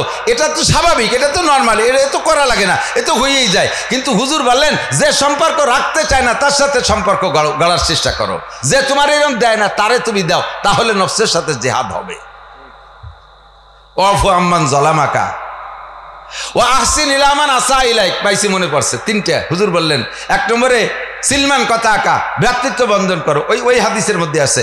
3 নম্বরে 2 নম্বরে আর একটা কথা হলো ওয়াফু আম্মান জালামাকা, যে তোমারে জুলুম করে অত্যাচার করে তারে তুমি মাফ করে দাও, তাকে তুমি মাফ করে দাও। এটা বড় কঠিন ব্যাপার। সুযোগ পালি মাপ, 1 ঘুষিতে 3 ঘুষি পয়দা হবে, ঠিক কিনা? আমরা প্রতিশোধ এইভাবে নেই। শুনতেছি একদল কয় যে আমাকে যতগুলোরে ফাঁসি দিয়েছে আর জেল খাটাইছে, যদি একবার জাতি বাড়ি সংসদ 1 জনের পরিবর্তে 100 জনের এই বিচার করব। আগের থেকে দাঁতে দাগ দিয়ে বসে রয়েছে। আল্লাহ যদি খেপে যায় রে দুদু, তোমার জাতি নাও দিতে পারে। কথা কন না কেন, কথা বলেন না কেন? এমন এক প্যাসে ফেলাই দেবে যেই প্যাসের কারণে তুমি একেবারে 7 দরবা 1 ইঞ্চি মাত্র আছে, এই 1 ইঞ্চি থেকে স্লিপ করে 7 তবক জমিনের নিচে ডাবাই দিতে পারে, পারে কি পারে না? ক্ষমা করার চেষ্টা করো। ও আতি আম্মান লাম ইউতিক, আর তুমি তাকে দাও যে ওয়াহসিন ইলা মান আসা ইলাইক, যে তোমারে ক্ষতি করে তারে তুমি উপকার করো, যে তোমারে ক্ষতি করে তারে তুমি উপকার করো। হুজুর আলাইহিস সালাতু ওয়াস সালামের মাদানী নসিহত প্রত্যেকে যেন বলতে বলতে সরে চলে আসছি। আলিনুল কালাম, মিষ্টি ভাষায় কথা বলো, বেশি বেশি একে অপরকে সালাম করো, গভীর রাত্রে জেগে ইবাদত করো, 5 ওয়াক্ত নামাজ নিয়মিত পড়ো। পড়বো তো ইনশাআল্লাহ? এই যে ছোট ছোট আমলগুলো করছি, করা যাবে না ইনশাআল্লাহ? আল্লাহ পাক আমাদের তৌফিক দেয়। ওয়াজের দিকে যাইনি, তো কি দেখি যেন পয়েন্টে সরিয়ে চলে গেছি, স্লিপ করে এদিক ওদিক দিয়ে খালি দৌড়ে আসলাম। এদিক তাকান, মানুষের জীবনের একটা শুরু আর একটা শেষ আছে, আছে না নাই? আমাদের প্রবাদ বাক্য আছে, খেয়াল করেন, যার শুরু ভালো তার শেষ, যার শুরু ভালো তার, আর যার শেষ ভালো তার সব ভালো, যার শেষ ভালো তার সব ভালো। বহুত ভালো কাজ আমাদের পিছনের নেতারা করছে, বহুত ভালো কাজ করছে, শেষ ভালো না থাকার কারণে সব আমরা অস্বীকার করে গেছি। ঠিক কি ঠিক না? কিছু করে নাই, আর কিছু করে নাই, কিছু করে নাই, একেবারে কিছু করে নাই তা না, বহু কিছু করছে, কিন্তু শেষ ভালো না থাকার কারণে সব আমাদের থেকে চলে গেছে। এই জন্যই বলা হয় যার শুরু ভালো তার শেষ ভালো, যার শেষ ভালো তার সব ভালো। আল্লাহ পাক রব্বুল আলামিন কুরআন শরীফের একটা আয়াত আমারে শুরু এবং মধ্যম এবং শেষ 3টে জিন্দেগির ইশারা করেছেন। প্রত্যেকটা মানুষ, আমরা জীবনে 2-4 বার মানুষ মাটি দিছি না? আপনারা মানুষে মাটি দিয়েছেন? মানুষে মাটি দেন নাই, কবরে মাটি দেন নাই, এরকম কেউ আছেন নাকি? আমার মনে হয় নাই। আশা করি ছোট বড় সবাই এখানে যারা আছেন 2-4টে মানুষে মাটি দিয়েছেন। মাটি দেওয়ার সময় একটা দোয়া পড়েন না? কি পড়েন? মিনহা খালাকনাকুম ওয়া ফিহা নুঈদুকুম ওয়া মিনহা নুখরিজুকুম তারাতান উখরা। আজীব কথা, মানুষকে মাটি দেওয়ার সময় এই 3টে কথা আমি বলি, কোরআন শরীফের আয়াত। এই কথাগুলো ওই মরা মানুষের শোনানোর জন্য নয়, কারণ যিনি মারা গেছেন তিনি তো চলেই গেছেন, তারে পুরো 30 পারা কোরআন শরীফ পড়ে এখন যদি ওয়াজ করি 1 পয়সার কোনো লাভ তার হবে? ইজা মাতাল ইনসানু ইনকাতা আনহু আমালুহু, মানুষ মারা গেলে তার সব আমলের দরজা বন্ধ হয়ে যায়, কোনো আমলের দরজা তার খোলা থাকে না। আমরা মুসলমানরা এই সিস্টেম পালন করি না যে কবরে যাচ্ছে হাজার হাজার বছর থাকবে, 2 কোরআন শরীফ দিয়ে দাও, বসে বসে পড়বে না, 2টো জায়নামাজ দিয়ে দাও, কবরে বসে বসে এতদিন কি করবে, নামাজ কালাম পড়বে না। একটা মোবাইল দিয়ে তো আর আমরা এমবি ভরে দেবো, ওর মধ্যে বসে বসে দেখবি না, এতদিন বসে কি হবে, এরকম নাকি? আমাকে ওই জায়গা হিন্দু মারা গেছে, তার সে বলে মরার সময় ওসিয়ত করে গেছে যে মুসলমানকে মতো আমারে মাটি দিস, পুড়াইস না।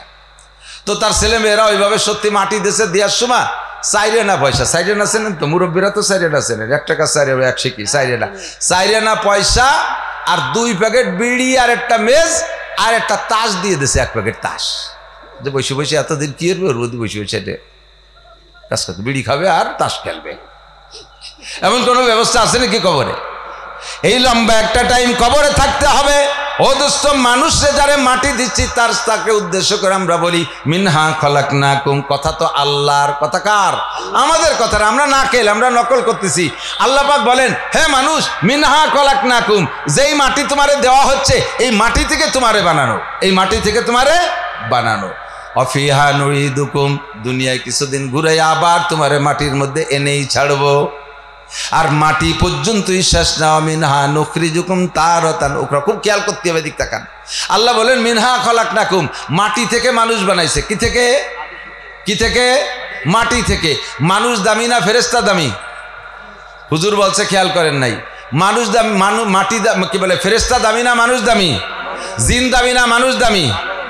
দুনিয়ার এমন কিছু নাই, এমন কিছু নাই আল্লাহ পাক রব্বুল আলামিনের পরে যে মানুষের চাইতে দামি আর কেউ। সমস্ত সৃষ্টিকে আল্লাহ তাআলা মানুষের খেদমতের জন্য বানাইছে। কাবা ঘরের চাইতে মানুষের দাম বেশি। হাদিসে আসছে, যদি কোনো ব্যক্তি, কোনো মুসলমান আর এক মুসলমানের এগেনস্টে মিথ্যা সাক্ষী দিয়ে তারা বিপদগামী করে, কোর্টে যায় মিথ্যা সাক্ষী দিয়ে তারা বিপদগামী করে, সে কাবা ঘরকে শত্রুতাই করে 36 বার বাংলি যে গুনাহ, তার চেয়ে বেশি গুনাহ কামাই করলো। আমাদের দেশের মুসলমানরা তো মিথ্যে সাক্ষী দেয় না, মিথ্যে সাক্ষী দেয় না, মিথ্যে সাক্ষী ছাড়া জানেই না, সত্যি সাক্ষী জানেই না। কতক্ষণ এক মুসলমান আর এক মুসলমানকে হারানোর জন্য, মামলায় হারানোর জন্য মিথ্যে সাক্ষী দেওয়া আল্লাহর কাবা ঘরকে শত্রুতাই করে 36 বার ভাঙলে যে গুনাহ সেই গুনাহ। তাহলে কি বলেন, কাবা ঘরে 36 বারের চাইতে একজন মুসলমানের ইজ্জতের দাম বেশি, ঠিক কিনা? এত দামি মানুষ। অন্য আয়াতের মধ্যে ওয়ালাকাদ কাররামনা বানি আদম, আল্লাহ পাক বলেছেন মানুষকে আমি সবচাইতে সম্মানী করে বানাইছি। তো এত সম্মানী মানুষ, এত দামি মানুষ, কাবা ঘরের চাইতে দামি, ফেরেশতার চাইতে দামি, জিবরাইলের চাইতে দামি, মিকাইল ইসরাফিলের চাইতে দামি, সব ফেরেশতা হামেলাতুল আরশ, আল্লাহর আরশ বহনকারী খাস 8 জন ফেরেশতা আছে, তার চাইতে মানুষ দামি। এই মানুষকে বানানোর দরকার ছিল হীরা, কাঞ্চন, মণি, মুক্তা, কমপক্ষে সোনার উপর দিয়ে, ঠিক না? তা বানাইছে কি দিয়ে? মাটি দিয়ে, তাও ভেজাইলিয়ে মাটি। কোনো কোনো জায়গার মাটি একটু দলা, সে জায়গার মানুষ সাদা হয়েছে। আবার আর এক জায়গায় দাইফু মাটি দিয়ে বানাইছে, সে জায়গার মানুষ ধুমসা কালা হয়ে গেছে। আর একদা দোয়াশ মাটি দিয়ে বানাইছে, তারা একটু আদা সাদা, আদা কালা, মাটি মেটি ভাব হয়েছে। এই ভ্যারাইটি কিসিমের মাটি। কিছু কিছু মানুষে বানাইছে মনে হয় একেবারে পচা, কুইয়ে পচা মাটি দিয়ে, তাকে স্বভাব ওই রকম পচা, ঠিক না? আল্লাহ তাআলা এই দামি মানুষটা দামি কিছু দিয়ে না মানে মাটি দিয়ে বানাইলেন কেন? অহংকার মেটানোর জন্য। মাটির ভিতরে 2টা গুণ আছে, খেয়াল করেন। মাটির মধ্যে কয়টা গুণ? 2টা গুণ আছে। এই 2টা গুণ আল্লাহর খুব পছন্দ হয়, এই জন্য আল্লাহ মাটি দিয়ে বানাইছে। খেয়াল করেন, খুব ভালো করে খেয়াল করেন। 2টা গুণ। কয়টা গুণ? 2টা গুণ মাটির মধ্যে আছে, যেই 2টা গুণ আর কাহারও মধ্যে নাই। এই জন্য আল্লাহ মাটি দিয়ে পছন্দ করে মাটি দিয়ে মানুষ বানাইছে, যাতে মানুষের মধ্যে 2টা গুণ প্রকাশ পায়। একটা গুণ হলো মাটির মধ্যে ধৈর্যশীলতা আছে, মাটির ভিতরে সহনশীলতা। মাটির উপরে, মাটির ভিতরে যে ধৈর্য আছে, এটা আর কাহারও মধ্যে এই ধৈর্য নাই। মাটির উপরে এক জায়গা মাটিরে খনন করে বিশাল পুকুর বানায় ফেলাইছেন, 200 বছর পর্যন্ত পুকুর হিসেবে ব্যবহার করছেন। এই 200 বছর পরে যাইয়ে সেটারে ড্রেজার দিয়ে ভরাট করে দিয়ে, বালি দিয়ে সমান করে সে জায়গা 50 তলা দালান উঠে দিয়েছেন। মাটিতে কি কোনোদিন কইছে মিয়া তোমার কোনো হিতায়াত জ্ঞান আছে? বেবোধ কোথাকার, জীবনে মায়া বলতে কিছুই নাই। আগে কয়বার বেটা খুশি আমার এতদিন মতো বইয়ের বানাইছো, আর একটু সমান হয়ে তাহলে 2 বছর দেরিয়তি দিলে না, ধরি এই 150 তলা দালান একটা উঠে দিয়েছ। তুই 2 মন বইয়ে দেখছিস কিরমটায়? মাটি থেকে এই কথা কইছো কোনোদিন? এই যে পেঁয়াজের সময় একরকম চার্জ দিয়েছেন, পাটের সময় আর একরকম চার্জ দিয়েছেন, মাঝে ধান লাগানোর জন্য আর একরকম চার্জ দিয়েছেন। মাটি থেকে কোনোবার কইছে মিয়া তোমার গায়ে তো একটা নখের কুরানিও সয় না, আমার এইভাবে ফাড়িয়ে ফিরিয়ে চৌচির করতেছে, কোনোদিন কইছে? মাটির উপর দিয়ে রেল লাইন বানাচ্ছেন, মাটির উপর দিয়ে জীবন ভরে হাঁটতেছেন, মাটিতে কোনোদিন কয় না মিয়া এখন মাটির তল দেওয়াটা আমরা তোমাকে মাথার পর থাকবো, এ কথা কোনোদিন কয় না। মাটির ভিতরে ধৈর্য আল্লাহ তাআলা দিয়েছে, কতক্ষণ, ঠিক না? 2 নম্বর মাটির আর একটা গুণ হলো মাটিরে যা দেবেন সে তার চেয়ে বেশি দেয়। মাটিরে যা দেবেন তার চেয়ে বেশি দেয়। মাটিরে 1 কেজি পেঁয়াজের বীজ দেবেন, মাটিতে আপনারা 40 মণ 20 মণ পেঁয়াজ দেবে। 1 কেজি পাটির বীজ দেবেন মাটিরে, মাটি আপনারা 20 মণ পাট দেবে। মাটিরে একটা কাঁঠালের আটি দেবেন, আপনার একটা গাছ দিয়ে 100 বছর কাঁঠাল দেবে। মাটিরে একটা নারকেল দেবেন, আপনার একটা গাছ দিয়ে তাতে 50 বছর নারকেল দেবে। কতক্ষণ, ঠিক ঠিক না? ওরে যা দেবেন তার ভিতরে ফলায়। একটা ধান দেবেন, 7টা গাছ দেবে। ফিকুল্লি সুম্বুলাতি মিয়াতু হাব্বা, প্রত্যেক গাছের মাথায় 100 করে ধান দেবে।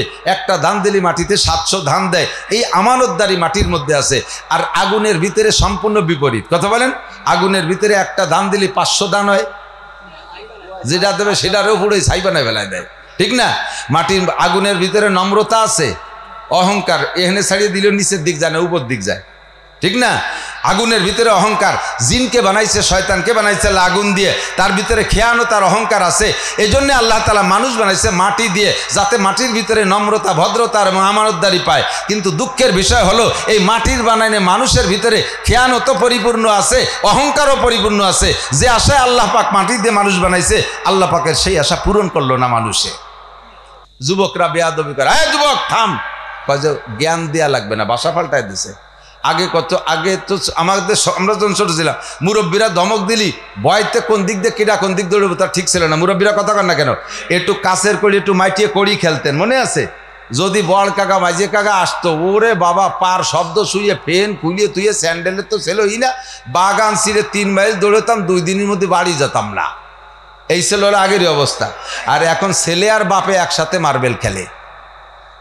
আগে পোলাপান যখন একটু বিড়ি সিগারেট খাওয়ার শুরু করতো, যখন মানে সবক নেছে, প্রথম একটু বিড়ি খাওয়া সবক নেছে এর কাছে, তখন একটু বলায় খাইতো। মুরব্বীকে দেখলি পারা মুটির মধ্যে এরম পেঁচাই এভাবে কি দিয়ে কি আর টের পাতো না, কোন জায়গা ফেলাইছে তা আল্লাহ ছাড়া কেউ জানে না, ঠিক না? আর এখন সেই ছেলে পেলে কেমন হয়েছে, বাপরে কয় আব্বা সিগারেট আছে নাকি? সুবহানাল্লাহ, কথা কর না কে? এ চলছে কি চলছে না? কথা বলেন। দাঁড়িয়ে খাড়িয়ে পেশাব করতেছে যুবক, যুবক বসে পেশাব করো, যার যার পেশাব সেই করেন, আপনি আমারে জ্ঞান দেন নাকি? বলে কি বলে না?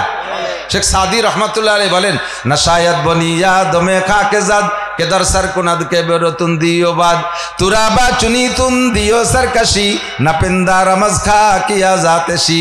মানুষকে আল্লাহ তাআলা মাটি দিয়ে বানাইছে যাতে এই দুইটা গুণ মাটির মানুষের থেকে প্রকাশ পায়। কিন্তু হে মানুষ, তোমার চাল চলন উঠা বসা সারকাশি বিয়াদবি গুস্তাকি দেখে আমার মনে হয় না যে তুমি মাটির বানানো আদম সন্তান। আমার মনে হয় যুবক, তোমারে দেখে তুমি আগুনের বানানো ইবলিসের বাচ্চা, তুমি শয়তানের বাচ্চা, শয়তান বলে মনে হয়।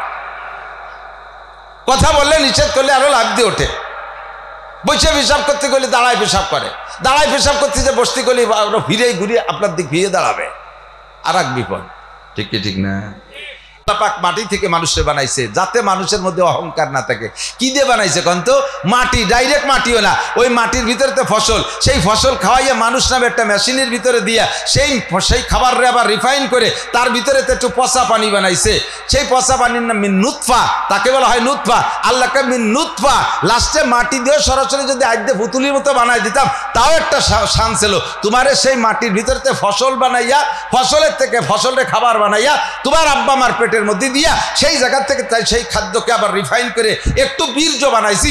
এমন নাপাক পানি যা শরীরের থেকে বেরোয় গেলে আউলাকে সারাগা নাপাক হয়ে যায়, এমন পচা পানি দিয়ে তোমারে বানাইছি। তোমার এত অহংকার আসে কোত্থেকে? মিনহা খলাকনা, হিসাব করছেন কি দিয়ে বানাইছি? আমার অহংকার আসে কোত্থেকে?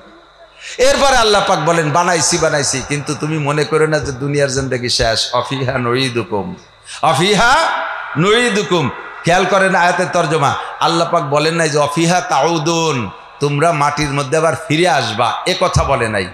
যদি বলতো যে বান্দা তো মেলা মানুষ বানায় ফেলাইছি, সেই আমেরিকা থেকে নিয়ে জাপান পর্যন্ত কিরা কোন জায়গা সবাই বড়াই গেছে, আমি তো তালাশ করে পাচ্ছি না, খুঁজে পাচ্ছি না, তোরা একটু মাটির তলে ফিরিয়ে আয়, তাহলে একটাও যেতাম। ওই 50 তলা 200 তলা দালান মানে তার উপর আল্লাহ পারলি তুমি টাইনি, আমরা এখানে আসি থাকবো, যাবো না মাটির তলে, এইভাবে থাকতাম বেকা হয়ে। আল্লাহ কয় ওরকম না, আমিও তো রিকোয়েস্ট করবো না। অবিহা নুইদুকুম, যে যেখানে থাকিস 100 তলা দালানের উপরে থাকলেও তাকে টান দিয়ে মাটির মধ্যে আনা হবে। গাছের উপরে উঠিস মাটির নিচে আনা হবে। বিমানে চলে থাকিস মাটির মধ্যে আনবো। চাঁদের দেশে চলে যাস মাটির মধ্যে আনবো। মঙ্গল গ্রহে চলে যাস মাটির মধ্যে আনবো। অফিহা নুইদুকুম, আমি তোমাদের অনুরোধ করে আসতে বলবো না, আমি মাটির মধ্যে এনেই ছাড়বো। প্রমাণ, রাজা বলেন, বাদশাহ বলেন, যা এমপি বলেন, মন্ত্রী বলেন, ডিসি বলেন, এসপি বলেন, সচিব বলেন, মহাসচিব বলেন, শিল্পপতি বলেন, কোটিপতি বলেন, কেউকে তার দালানে আল্লাহ থাকতে দেয় নাই, সবাইকে কান ধরে মাটির নিচে নিয়ে ছাড়ছে। আমিন হা অফিহা নুইদুকুম। এরপরে কয় আইসি মাটির তলে, যেহেতু আর তো বাইসে গেলাম, আর কোনো ঝামেলা নাই। আল্লাহ কয় অমিনহা নুখরিজুকুম, সেদিন সে জায়গা আল্লাহ তার বলেন নাই অমিনহা তাখরুজুন, তোমরা মাটির থেকে বেরোয় আসবা। হাসরের মাঠে আল্লাহ ডাক দিয়ে বলবেন না যে বান্দা কে কোন জায়গা মরছিস, মেলা দিন আগের থেকে মরামরি শুরু করছিস, আমি তো তালাশ করে পাচ্ছি না, কে কোন বাগানে আসিস, তোরা একটু উঠিয়ে আইসো না, একটু উঠিয়ে আসো। এইরকম মিঠে কথা দিয়ে আল্লাহ উঠবে না। যদি উঠতি কয় নর্মালি একজনও উঠবে না, কারণ আল্লাহ যদি ডাকে ওখানে ডাইয়ে নিয়ে কেরবেন তাতে ভালোই বুঝিয়ে ফেলাইছে, আকামজা করে মরছি, তাতে উঠলি ফাঁসার চামড়া থাকবে না, এই জন্য কেউ কোনোভাবে উঠবো না, গাতি মেরে পড়ে থাকবো। আল্লাহ কয় ওই ওরকম তেলাইয়ে উঠতি কব না, আমি নুকরি জুকুম বের করে ছাড়বো। কে কোন জায়গা আছিস ওখান থেকে উঠোই ছাড়বো। ঘাস যেমন গজায় ওই রকম গজাবি। অমিনহা নুকরি জুকুম তারতা নুকরা, আর একটা বার তোমাদেরকে উঠোই ছাড়বো। বিশ্বাস হয়? কথা কোন হয়? মোটেই না। এ কথা মজলিসি বলা লাগে তাই বলতেছেন। যদি আল্লাহর সামনে উঠতে হবে এই কথা শতভাগ বিশ্বাস থাকতো, আর উঠে যে যদি ফাঁকা উঠেছে আল্লাহ উঠেছে, উঠে নিয়ে ছাড়িয়ে দিয়েছে, যা যে যা পারিস করি বেড়া গিয়ে, এরকমও যদি একটা সুযোগ থাকতো তালিয়ে একটা কায়দা ছিল। কিন্তু সে জায়গায় আবার আর একটা কথা আছে, কলা রাসূলুল্লাহ সাল্লাল্লাহু আলাইহি সাল্লাম মা লা ইয়াজালু কদামা ইবনে আদম ইয়াউম, এই মজার জায়গা দিক, লা ইয়াজালু কদামা ইবনে আদম ইয়াউমাল কিয়ামাতি হাত্তা ইসালান আরবা। আল্লাহ উঠাইয়া 4টি ইমিগ্রেশনের আটকাবে। কয়টা ইমিগ্রেশন? 4টি ইমিগ্রেশন। ইমিগ্রেশন পর্যন্ত যারা বিমান চলছেন তারা জানেন ইমিগ্রেশন আছে। বিমানে ওটা জায়গা বিশেষ পরিভাষার পার্থক্য। বিমানে ওঠার আগে 4টে চেকপোস্টের নাম রাখছে, 4টি ইমিগ্রেশন। 1 নম্বর ইমিগ্রেশন যদি বিদেশ যাইতে যান তাহলে 1 নম্বর ইমিগ্রেশন আপনার পাসপোর্ট ইমিগ্রেশন। পাসপোর্ট চেক হবে। পাসপোর্টে যদি আপনাকে পাসপোর্টের ভিতরে কোনো ত্রুটি দেখে, কোনোভাবে চুল পরিমাণ ত্রুটি দেখে, আর আপনাকে সামনে এক ইমিগ্রেশনে যাত্রী দেবে না, ওই জায়গা থেকে ব্যাক করবে। পাসপোর্ট ইমিগ্রেশনে আপনি পাস করছেন। 2 নম্বর ইমিগ্রেশন হবে আপনার লাগেজ ইমিগ্রেশন। লাগেজ ইমিগ্রেশনের ভিতরে ওর ভিতরে যদি কোনো দুষ্কৃতি কিছু পায়, খারাপ কিছু পাওয়া যায়, তাহলে আপনাকে ওই লাগেজ চেঞ্জ করবে। পাসপোর্ট ঠিক আছে যাইতে দেবে, কিন্তু লাগেজ রেখে দেবে, আপনাকে সামনে বাড়তে দেবে না। 3 নম্বর ইমিগ্রেশন আপনার টিকিট ইমিগ্রেশন। আপনার টিকিটটা ঠিক আছে কিনা, নাকি আপনি বাসের টিকিটে বিমানে উঠতে যাচ্ছেন, ভুয়ো ফাইজলামি করতেছেন নাকি? এই জন্য টিকিট ইমিগ্রেশন। 4 নম্বর ইমিগ্রেশন হবে আপনার বডি ইমিগ্রেশন। পেটের মধ্যে বা সোনা খাইয়ে নিয়ে যাচ্ছ নাকি? ওই দেশেতে বলে সোনা খাইয়ে এসে বাংলাদেশে পায়খানা করে তাই বেশি বেলায় দেয়।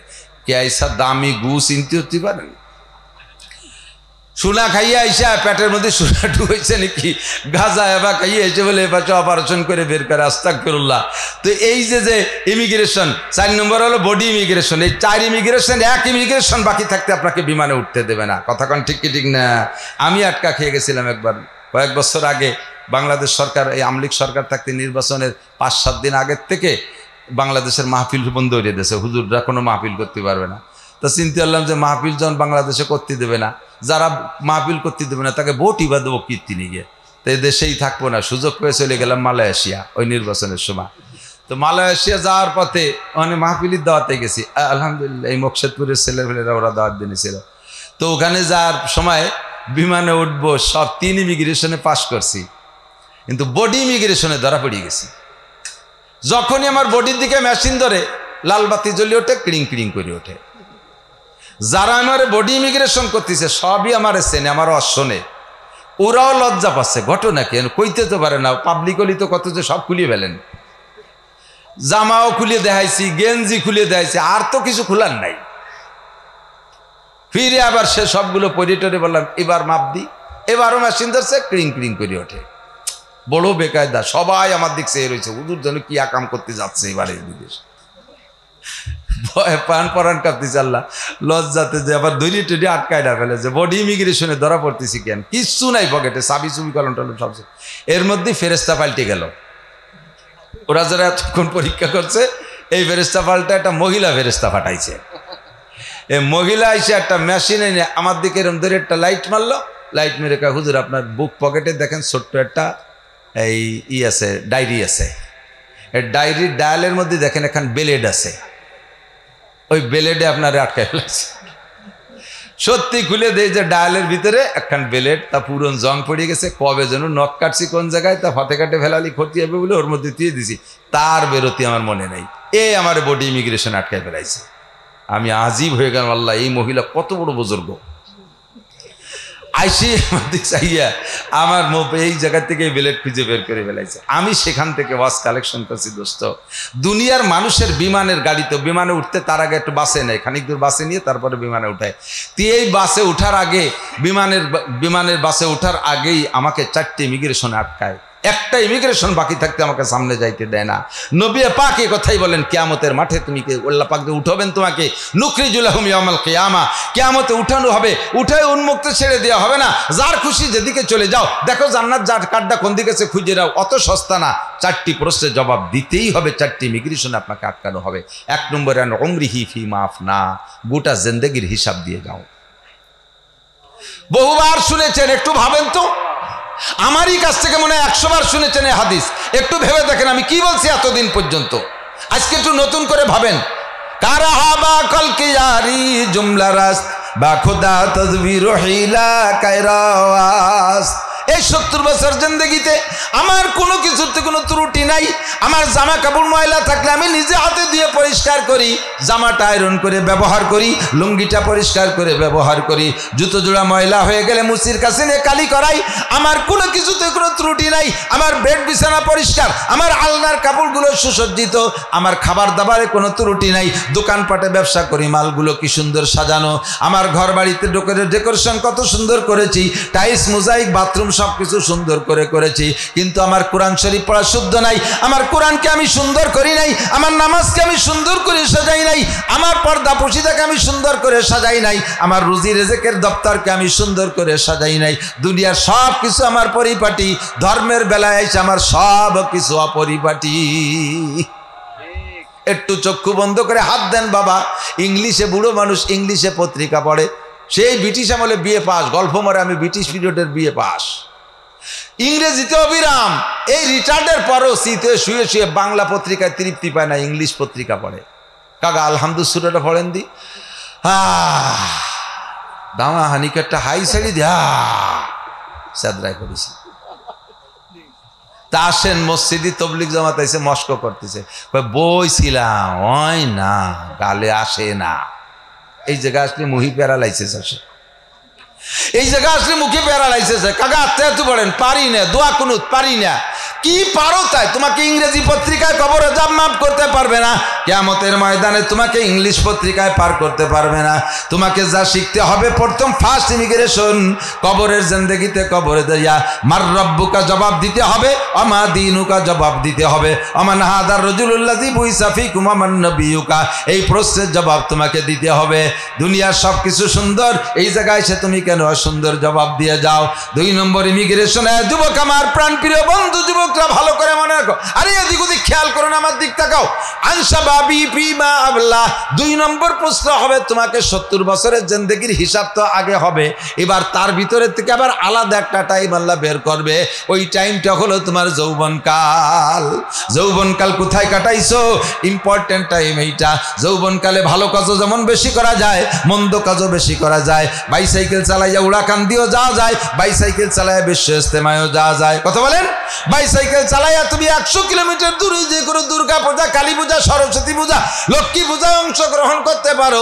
বাইসাইকেল চালাইয়া তুমি এখান থেকে সরমুনের ময়দানে যে সেখানে অংশগ্রহণ করতে পারো। রাতভর বসে বসে তুমি টেলিভিশন ভিসিআর দেখতে পারো।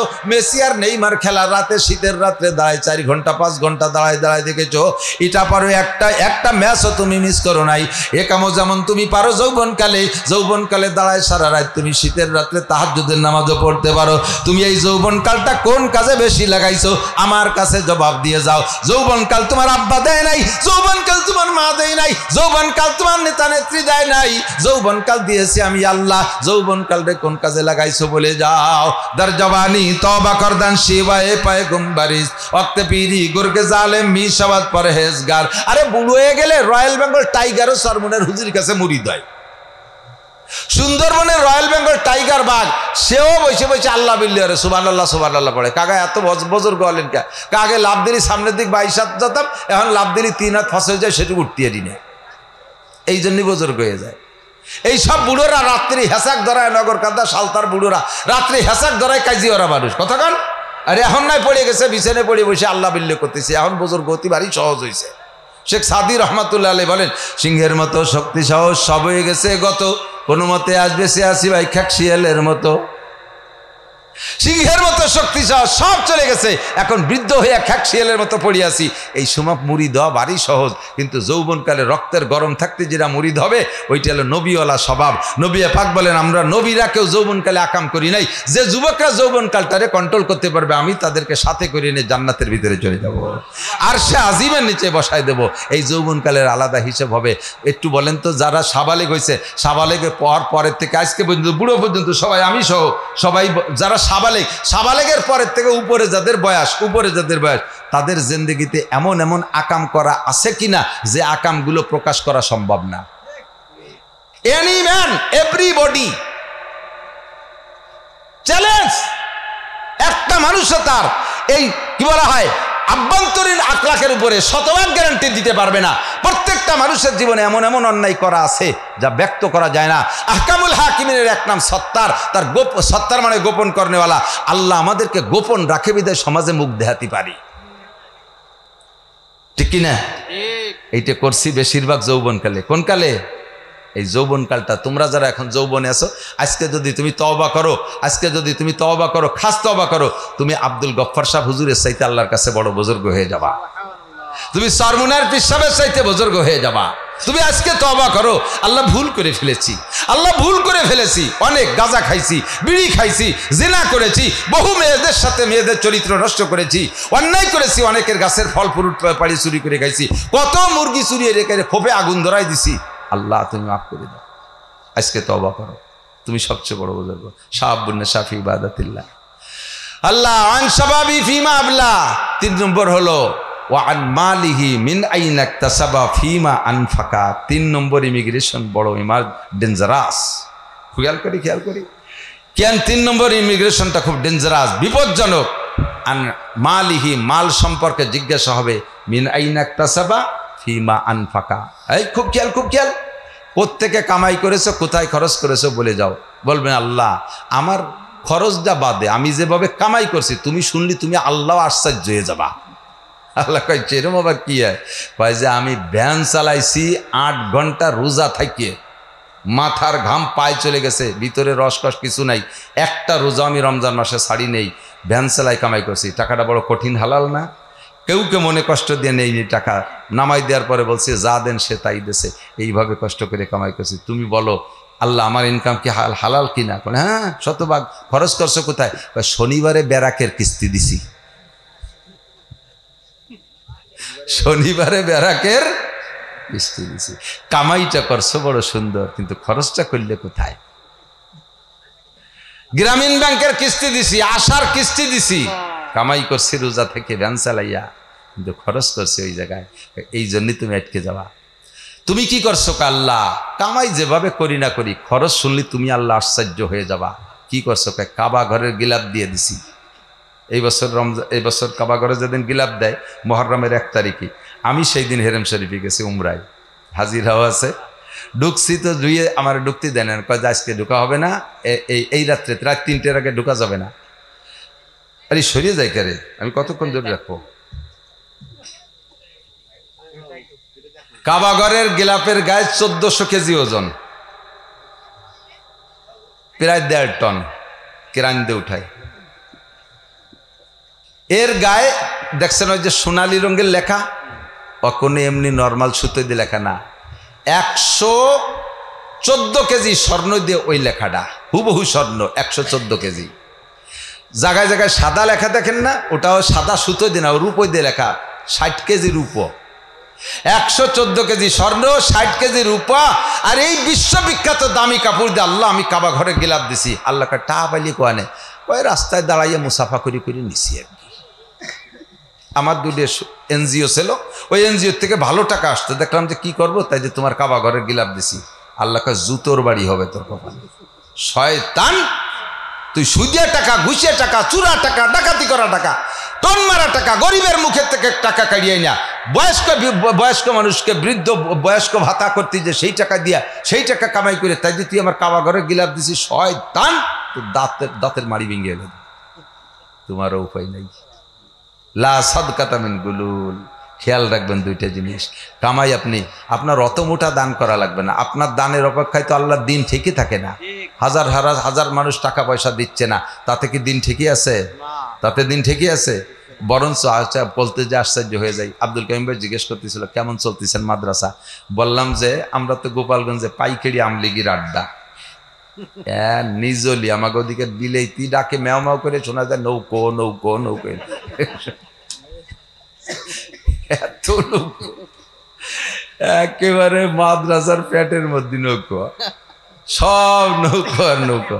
তা আমাদের তবে ওদিকের আওয়ামী লীগের একটা স্বভাব ভালো ছিল, তারা কখনো আমাদের ওলামায়ে কেরামের সাথে বেয়াদবি ব্যবহার করে নাই। খুব সদ্ব্যবহার এবং পর্যাপ্ত মাদ্রাসা করে, খুব দান করে আওয়ামী লীগের লোকজন মাদ্রাসায়।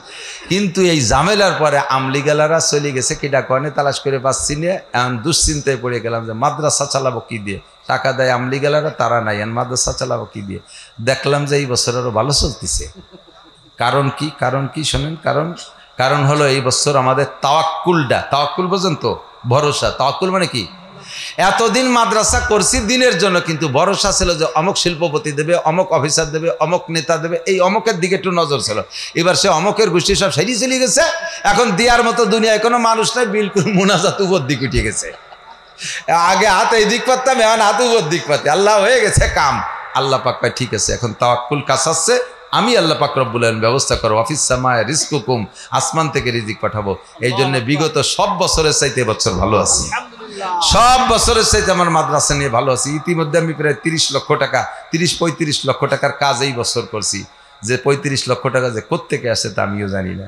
এখনো মাদ্রাসা চালু রাখছি, এখন আর কালেকশনের কিছু নেই। আমি মাদ্রাসায় মসজিদের কাজ হাত দিছি, বলছে কাজ চলতে থাকবে, কাজ চলতে তাহলে থাকবে। আল্লাহ যদি আমারে মাঠে রাখে, 2 পয়সা আল্লাহ দেয়, এই দিয়ে আমি মাদ্রাসার কাজ চালাই নেবো। আমি আর কোথাও হাত দেবো না, কালেকশন সব বাদ। ওমাই ইয়াতাওয়াক্কাল আলাল্লাহ ফাহুয়া হাসবুহু, যে আল্লাহর পর ভরসা করে আল্লাহই তার জন্য যথেষ্ট হয়ে যায়। কথা বলুন ঠিক কি ঠিক না? সব কিছু থেকে ভরসা বাদ। রুজি দেয় কে? খাবার দেয় কে? এই যে পর্যাপ্ত বৃষ্টি কে দেয়? একটু দুনিয়ার রাজা বাচ্চারা এত কিছু পারে। ডোনাল্ড ট্রাম্প আইসে বাংলাদেশের বৃষ্টি ঠেকাই দিয়ে যদি, নেতানিয়াহু এত পারিস বাংলাদেশের বৃষ্টি ঠেকাই দিয়ে যা। আর যখন বৃষ্টি হয় না তখন তোর 14 গোষ্ঠী নিয়ে 1 ফোঁটা বৃষ্টি নামাই দিয়ে যা, পারবে? বৃষ্টি কার হাতে, খরা কার হাতে, আপনাদের পিএস কার হাতে? ভয় নাই, কালেকশন করবো না। যে চাষ দিচ্ছে এক মাঠে 2 চাষ দিলে মাটি নষ্ট হয়ে যায়, আর হবে না। আলহামদুলিল্লাহ আপনাদের এলাকার মানুষকে আল্লাহ তাআলা আলাদা কায়দায় তৈরি করছে। এই নগরকান্দা সালতার পিএস আমার মাদ্রাসার সাইন বরা রয়েছে। এক মসজিদে গেছি, সেই মসজিদে 42 মন দিয়েছে নিজেরা উঠাইয়া। এর আগের বছর সালতা এই বাহিদ্দে এক মসজিদে দিয়েছে 50 মন। ওই আটগড় ইউনিয়নের সোহাগ চেয়ারম্যান তার মসজিদে দিয়েছে 50 মন। এক বছর 100 মনে আর মাইপিয়ে কাটাই মেপিয়ে দিয়ে দিছে। আরও খালি আমারে না, প্রত্যেকটা মাদ্রাসায় দেয়। এজন্য আল্লাহ পাক আপনাদের এই 2টা ফসলকে রানিং রাখছে। আপনারা এর হক আদায় করবেন না? জীবন বেড়ে এর হক আদায় করবেন না? ফসলের হক আদায় করবেন, হিসাব করে মিনিমাম 40 ভাগের 1 ভাগ দিয়ে দেবেন। কমপক্ষে 40 ভাগের 1 ভাগ। 100 মন পিএস পাইলে 2.5 মন দিয়ে দেবেন। 50 মন পাট পাইলে তার থেকে 1 মন 10 কেজি 50 কেজি পাট আপনি আল্লাহর রাস্তায় দান করে দেবেন। আগামী বছর আপনার পাট আরও সুন্দর হবে। বিশ্বাসটা হয় একটাবার আল্লাহকে একটু ট্রাই করে দেখবেন। এবার কুরবানি ওয়াজিবই নেই, কোনো মতে টাইনি টুনে এর কাছ থেকে কয় টাকা উদরই হলে একটু আপনি কুরবানি দেন, দেখবেন আগামী বছর আল্লাহ আপনার তৌফিক দিয়ে দেবে। আগামী বছর এটা একটা দেওয়ার তৌফিক হয়েছে, ছোটো মোটো একটা জ্যাকটুক একটা দেওয়ার তৌফিক হয়েছে, তার সাথে কষ্ট করে একটু বাড়ায় দেবেন। আপনি 50,000 টাকা দিয়ে একটা গাই কিনতে পারেন, ওর ভিতরে কষ্ট করে 10,000 টাকা খরচ করে 60,000 টাকা দিয়ে একটা ভালো গাই কেনেন। আগামী বছর দেখবেন আল্লাহ পাক আপনাকে 1 লাখ টাকা দিয়ে একটা আইডিয়া কেনার তৌফিক দিয়ে দিচ্ছে। পারা যাবে না? 3 নম্বর প্রশ্ন, মালিহি মাল সম্পর্কে, মিনাইন আকতাসাবা ফিমা আনফাকা, কোথা থেকে কামাই করছো, কোথায় খরচ করেছো, একটু পরিষ্কার করে বলেন। বাবা আজকে একটু পরিষ্কার করে বলেন, এখন থেকে একটু খাস তওবা করেন তো, একেবারে খাস তওবা করেন তো মনের থেকে, যে রুজি যেহেতু আল্লাহই দেয়, বানাইছে আমাকে আল্লাহ পাক, আল্লাহ পাক আমার জন্য রিজিকের ব্যবস্থা অবশ্যই রেখেছে। কথা বলেন, রেখেছে? আজ রাখছে কি রাখে নাই? আল্লাহ পাক রুজির ব্যবস্থা রেখেছে। তা আল্লাহকে হারাম রুজি রাখছে না হালাল রুজি? পাক্কা সিদ্ধান্ত নেন, কোনো সমিতির থেকে টাকা তুলবো না। পারবেন? এই নিয়ত করতে পারবেন? দেখি কারা কারা। যা নিয়েছেন এই টাকা ফেরত দেওয়ার পরে, এইটা পরিশোধের পরে আর সমিতির টাকা নেব? বলেন নেব? একটু হাত নেড়ে বলেন নেব না, নেব না, আর সমিতির টাকা নেব না। হারাম টাকা আর খাবো? আল্লাহ কবুল করুক, দেখবেন রুজির বরকত আসছে। বিভিন্ন রোগ ব্যাধির থেকে আল্লাহ হেফাজত করবে, মালি মামলার থেকে হেফাজত করবে। এই আভ্যন্তরীণ দ্বন্দ্ব কলহ গ্যাঞ্জাম ফাসাদ মারামারি থেকে আল্লাহ তাআলা আপনাদেরকে রক্ষা দেবে, ইনশাআল্লাহ। ভালো থাকবেন। 4 নম্বর প্রশ্ন কই শেষ, দোয়া করে দেবে, দিক তাকান। 4 নম্বর ইমিগ্রেশন হলো মাজা আমিলা বিমা আলিমা। কম শেখেন নাই, আজকেও কম শেখেন নাই, অনেক কথা শিখছেন। যা শেখছো এরপর আমল করছো কটুক কয়ে যাও। না জানা মানুষের এক কথাতে, আল্লাহ আমি যদি জানতাম তাহলে কি আমল না করে ছাড়তাম, আমি তো সে জানি না, তা কি এরব এই বোকা সাজে বেহা হয়ে পড়ে গেলেন, আল্লাহ পাক একটা দেশারি দিলে দিতে হয়। কিন্তু জানিয়ে শুনে আমল করেন নাই, এই লোকটা ধরা খাবেন বেশি। সবচাইতে বেশি ধরা খাবে আলেম ওলামারা, সবচেয়ে বেশি। তফসিরে মারিফুল কোরআনের ভিতরে মুফতি শফি সাহেব রহমাতুল্লাহ আলাইহি লিখেছেন, আল্লাহ আকবার। এদিক তাকান, মুফতি শফি সাহেব কিনা একটু না করি চেনবেন না তো। বাংলাদেশের বর্তমানে সারা বাংলাদেশটা, সারা পৃথিবীর বললে ভুল হবে না, হাদিসের উপরে এবং ফিকহের উপরে, ফতোয়ার উপরে সবচাইতে বড় আলেম মুফতি আব্দুল মালিক সাহেব, আমাদের বাইতুল মোকাররমের ইমাম সাহেব। এ আব্দুল কাইয়ুম সাহেব না, ওনার এসে আব্দুল মালিক সাহেবের ছাত্র। আব্দুল কাইয়ুম সাহেবও পড়াইতে পারে এরকম বহুত বড় বড় আলেম আছে, তারা আব্দুল মালিক সাহেবের ছাত্র। এই আব্দুল মালিক সাহেবের উস্তাদ হলো এর এই পাশে কথা কয় কারা, এই 3টে পান আনছে, একটা মানসির, একটা গরুর, একটা ছাগলের, এই গল্প দিতে। আব্দুল মালিক সাহেবের উস্তাদ আবুল ফাতা আবু গুদ্দাহ। এ আবুল ফাতা আবু গুদ্দা সাহেবের কাছে পাঠাইছে আব্দুল মালিক সাহেবরে পাকিস্তানের চিফ জাস্টিস মুফতি তকি উসমানী। পাকিস্তানের তকি উসমানীকে বলা হয় বর্তমানে সারা পৃথিবীর সবচাইতে বড় মুরব্বী মুফতি। এই তকি উসমানীর আব্বা হলো মুফতি শফি সাহেব রহমাতুল্লাহ আলাইহি। মুফতি শফি সাহেব রহমাতুল্লাহ আলাইহি হুসাইন আহমদ মাদানী রহমাতুল্লাহ আলাইহির একেবারে খাস শাগরেদ, প্রথম শ্রেণীর শাগরেদ। এই মুফতি শফি সাহেব রহমাতুল্লাহ তাফসীরে মারিফুল কোরআনের ভিতরে লেখছে, সাধারণ পাবলিক কিয়ামতের ময়দানে মোটা মোটা কয়েকটা জবাব দিয়ে পার হয়ে জান্নাতে চলে যাবে। সাধারণ পাবলিককে আল্লাহ তাআলা তাহাজ্জুদের কথা জিজ্ঞাসা করবে না। आलेम अगर तहज्जुद ना पढ़े वो आलेम दरकिनार वो मुसलमान ही नहीं रहेगा। आलेमरा यदि तहज्जुद ना पढ़े तो आलेम तो दूरेर कथा से मुसलमानई थाके ना। आलेमदेर उपरे एत कड़ाकड़ी। আলেমরা জানে বেশি, তাদের কড়াকড়ি বেশি। আপনারা আজকে অনেক কথা শুনেছেন, অনেক কথা শুনেছেন, অনেক কথা শিখছেন, অনেক কথা শুনছেন না, আরো অনেক কথা আগের থেকেও জানেন। এই জানা কথাগুলোর পর কতটুকু আমল করছেন কিয়ামতে জবাব দিতে হবে। এই জবাব রেডি করিয়ে তারপরে মনে করে যে মিনহা খলাকনাকুম আফিহা নুঈদুকুম আমিনহা নুখরিজুকুম তারাতান উখরা। পলায় লুকায় থাকতে পারবো না কোনো মাটির তলে। আল্লাহ পাক যেমন প্রথমবার মাটির থেকে উঠাইছে ওরকম আবার মাটির মধ্যে নিল, আবার শেষবার উঠাইতে পারবে, কোনো সন্দেহ নাই। উঠোই আল্লাহর সামনে 4 প্রশ্নের জবাব দিতে হবে। আমাদের কাহারও দ্বারা জবাব দেওয়া সম্ভব না। আল্লাহ বিনা প্রশ্নে বিনা জবাবে আমাদেরকে পার হওয়ার ব্যবস্থা করে দিও, জোরে বলেন আমিন। আর এর জন্য সেভাবে প্রিপারেশন, সেভাবে প্রস্তুতি এখন থেকে নিতে হবে। আমার যুবকরা, তোমাদের উপরে আমার বিশেষ অনুরোধ, আজকে থেকে পাক্কা তওবা করো। জীবনে কোনোদিন দুর্গাপূজায় যাব, কোনোদিন দুর্গাপূজায় যাবা না। হিন্দুদের কোনো প্রতিষ্ঠান, কোনো প্রোগ্রামেই যাবা না, তারা আসে নাই। আমি কিছুদিন আগে এই মকসেদপুরের ভিতরে ওই কাউনিয়া তারাইল আছে না, কাউনিয়া তারাইল, ওখানে একটা জুমা মসজিদে তার উদ্বোধনীতে আমাকে দাওয়াত দিচ্ছে, আসছি জুমর নামাজে। পাঁচটি সব হিন্দু, কয়েকঘর মুসলমানের সেটা মসজিদ বানাইছে। জুমর দিন মাইকে বয়ান করতেছি, আমাদের কথা শুনিয়ে হিন্দু ফুলাপানগুলো মসজিদের দ্বারা এসে দাঁড়াইছে। তার মারা আইসে সে পিঠেই পিঠেই বাড়ি নিয়ে গেছে, যেখানে দাঁড়াইছিস কে, যদি শুনি হিদায়ত হয়ে যায় সেই ভয়তে, এই ভয়তে বাচ্চাকে নিয়ে গেছে। তাদের বাচ্চাকে নিয়ে গেল। আপনার বাচ্চা হিন্দুদের কত পূজায় যায়, কত মেলায় যায়, আপনি আব্বা কয়দিন খেয়েছেন, মারা কয়দিন, আরো টাকা দেয়, যাও শুনে যাও গোড়া গাদা কিনে নিয়ে আসো, গে 2টি শুয়োরের বাচ্চা শুয়োর কিনে নিয়ে এসো। ওই মাটিতে শুয়োর বানাইছে, সেই শুয়োরের বাচ্চা শুয়োর কিনে আনতে বেড়াইছে। এই সমস্ত আকাম করতে পাঠাবেন না। আমরা কোনোদিনও হিন্দুদের কোনো প্রোগ্রামে যাব, ওরা আমাদের বন্ধু না, কোনো কালেও বন্ধু না, ওরা আমাদের জীবনেও বন্ধু না। আমাদের সাথে মিলেমিশে থাকে, আমাদের ভিতরে ব্যবসা বাণিজ্য করে, আমাদের থেকে টাকা কামাই করে নিয়ে ইন্ডিয়া দালান বানায়, বাংলাদেশে পয়সাওয়ালা খুব কম দালানি বানায়, এদেশের টাকা ওই দেশে নিয়ে যাচ্ছে। আমাদের সাথে মিলেমিশে থাকে, তাদের সাথে শত্রুতাই করবো না, তাদের মন্দির ভাঙবো না, তাদের মূর্তি ভাঙবো না, তাদের ধর্মের পর আঘাত করে কোনো কথা বলবো না, তাদের সাথে সদ্ব্যবহার করব, কিন্তু তাদের কোনো ধর্মীয় প্রোগ্রামে যাব না, সেখানে কোনো চাঁদা দেব না, তাদের কোনো সহযোগিতা করবো না। ঠিক আছে ইনশাআল্লাহ। আর নিয়মিত আজান হইলে মসজিদে যাব।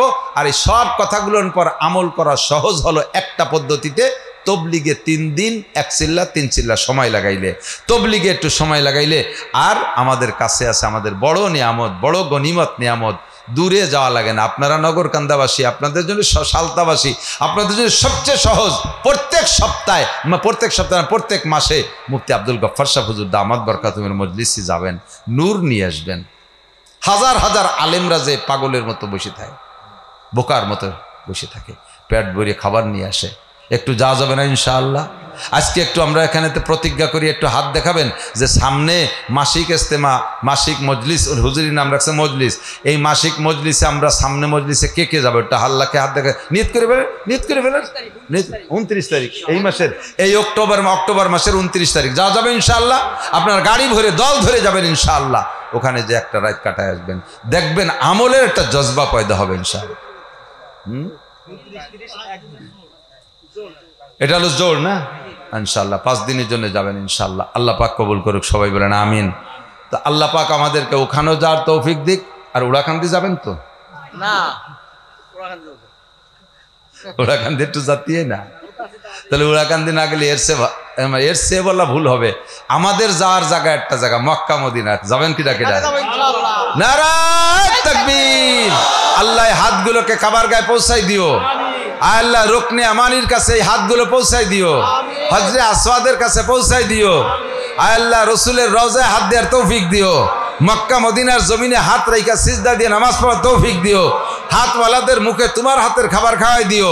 হাতওয়ালাদের মুখে হাউজে কাউসার পান করাই দিও। হাসরের মাঠে রসুলের সাথে মুসাফায় হাত ধরাইয়া জান্নাতে পাঠাই দিও। মাশাআল্লাহ। যাবেন তো হজে ইনশাআল্লাহ? আল্লাহ কবুল করুক, বলেন আমিন। হজের জন্য একটা বুকিং দিতে হয়। এবার উমরার জন্য মিনিমাম 2 লাখ টাকা লাগে, আর হজের জন্য 5-6 লাখ টাকা লাগে। হজের বড় প্যাকেজ, ওই যে গড়ি টাওয়ার দেখেন না, একটা গড়ি বিল্ডিং, ওটা হলে 125 তলা, ওইটার ভিতরে থাকতে হলে সবচেয়ে ভাড়া বেশি লাগে। হজের খরচ পড়ে 13 লাখ টাকা একজনের, 13 লাখ। তাহলে ওই বিল্ডিংয়ে থাকা যায়। হজের যে দাম বেশ কম না, এটা হলো হোটেলের পর নির্ভর করে, দূরত্বের পর নির্ভর করে। আপনারা 10 কিলোমিটার দূরে রাখবে, 3 লাখ টাকায় হজে নিতে পারে, কারণ সে জায়গায় হোটেলের কোনো দাম নাই, হোটেলের ভাড়া কম। যত কাছে থাকবেন তত ভাড়া বেশি, যত ডাটের জায়গা থাকবেন তত ভাড়া বেশি।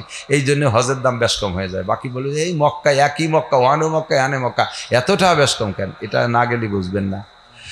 তো এই লম্বা লম্বা মোটা মোটা প্যাকেজে আল্লাহ যদি কবুল করে যাবেন ইনশাআল্লাহ। এর জন্য একটা প্রস্তুতি নিতে হবে না?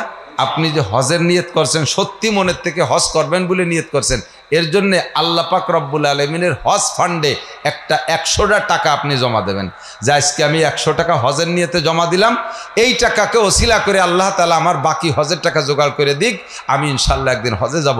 এই 100 টাকা জমা দিলেন কেমন যেন আপনি হজের নিয়ত করে জমা দেবেন, এই টাকাটা আমরা এখানে মাদ্রাসায় খরচ করে ফেলবো, আর বাকি আপনাদের জন্য হজ পর্যন্ত দোয়া করবো, আল্লাহ লোকটা 100টা টাকা দিছে, তুমি তারে বাকি হজের টাকা জোগাড় করার তৌফিক দিও।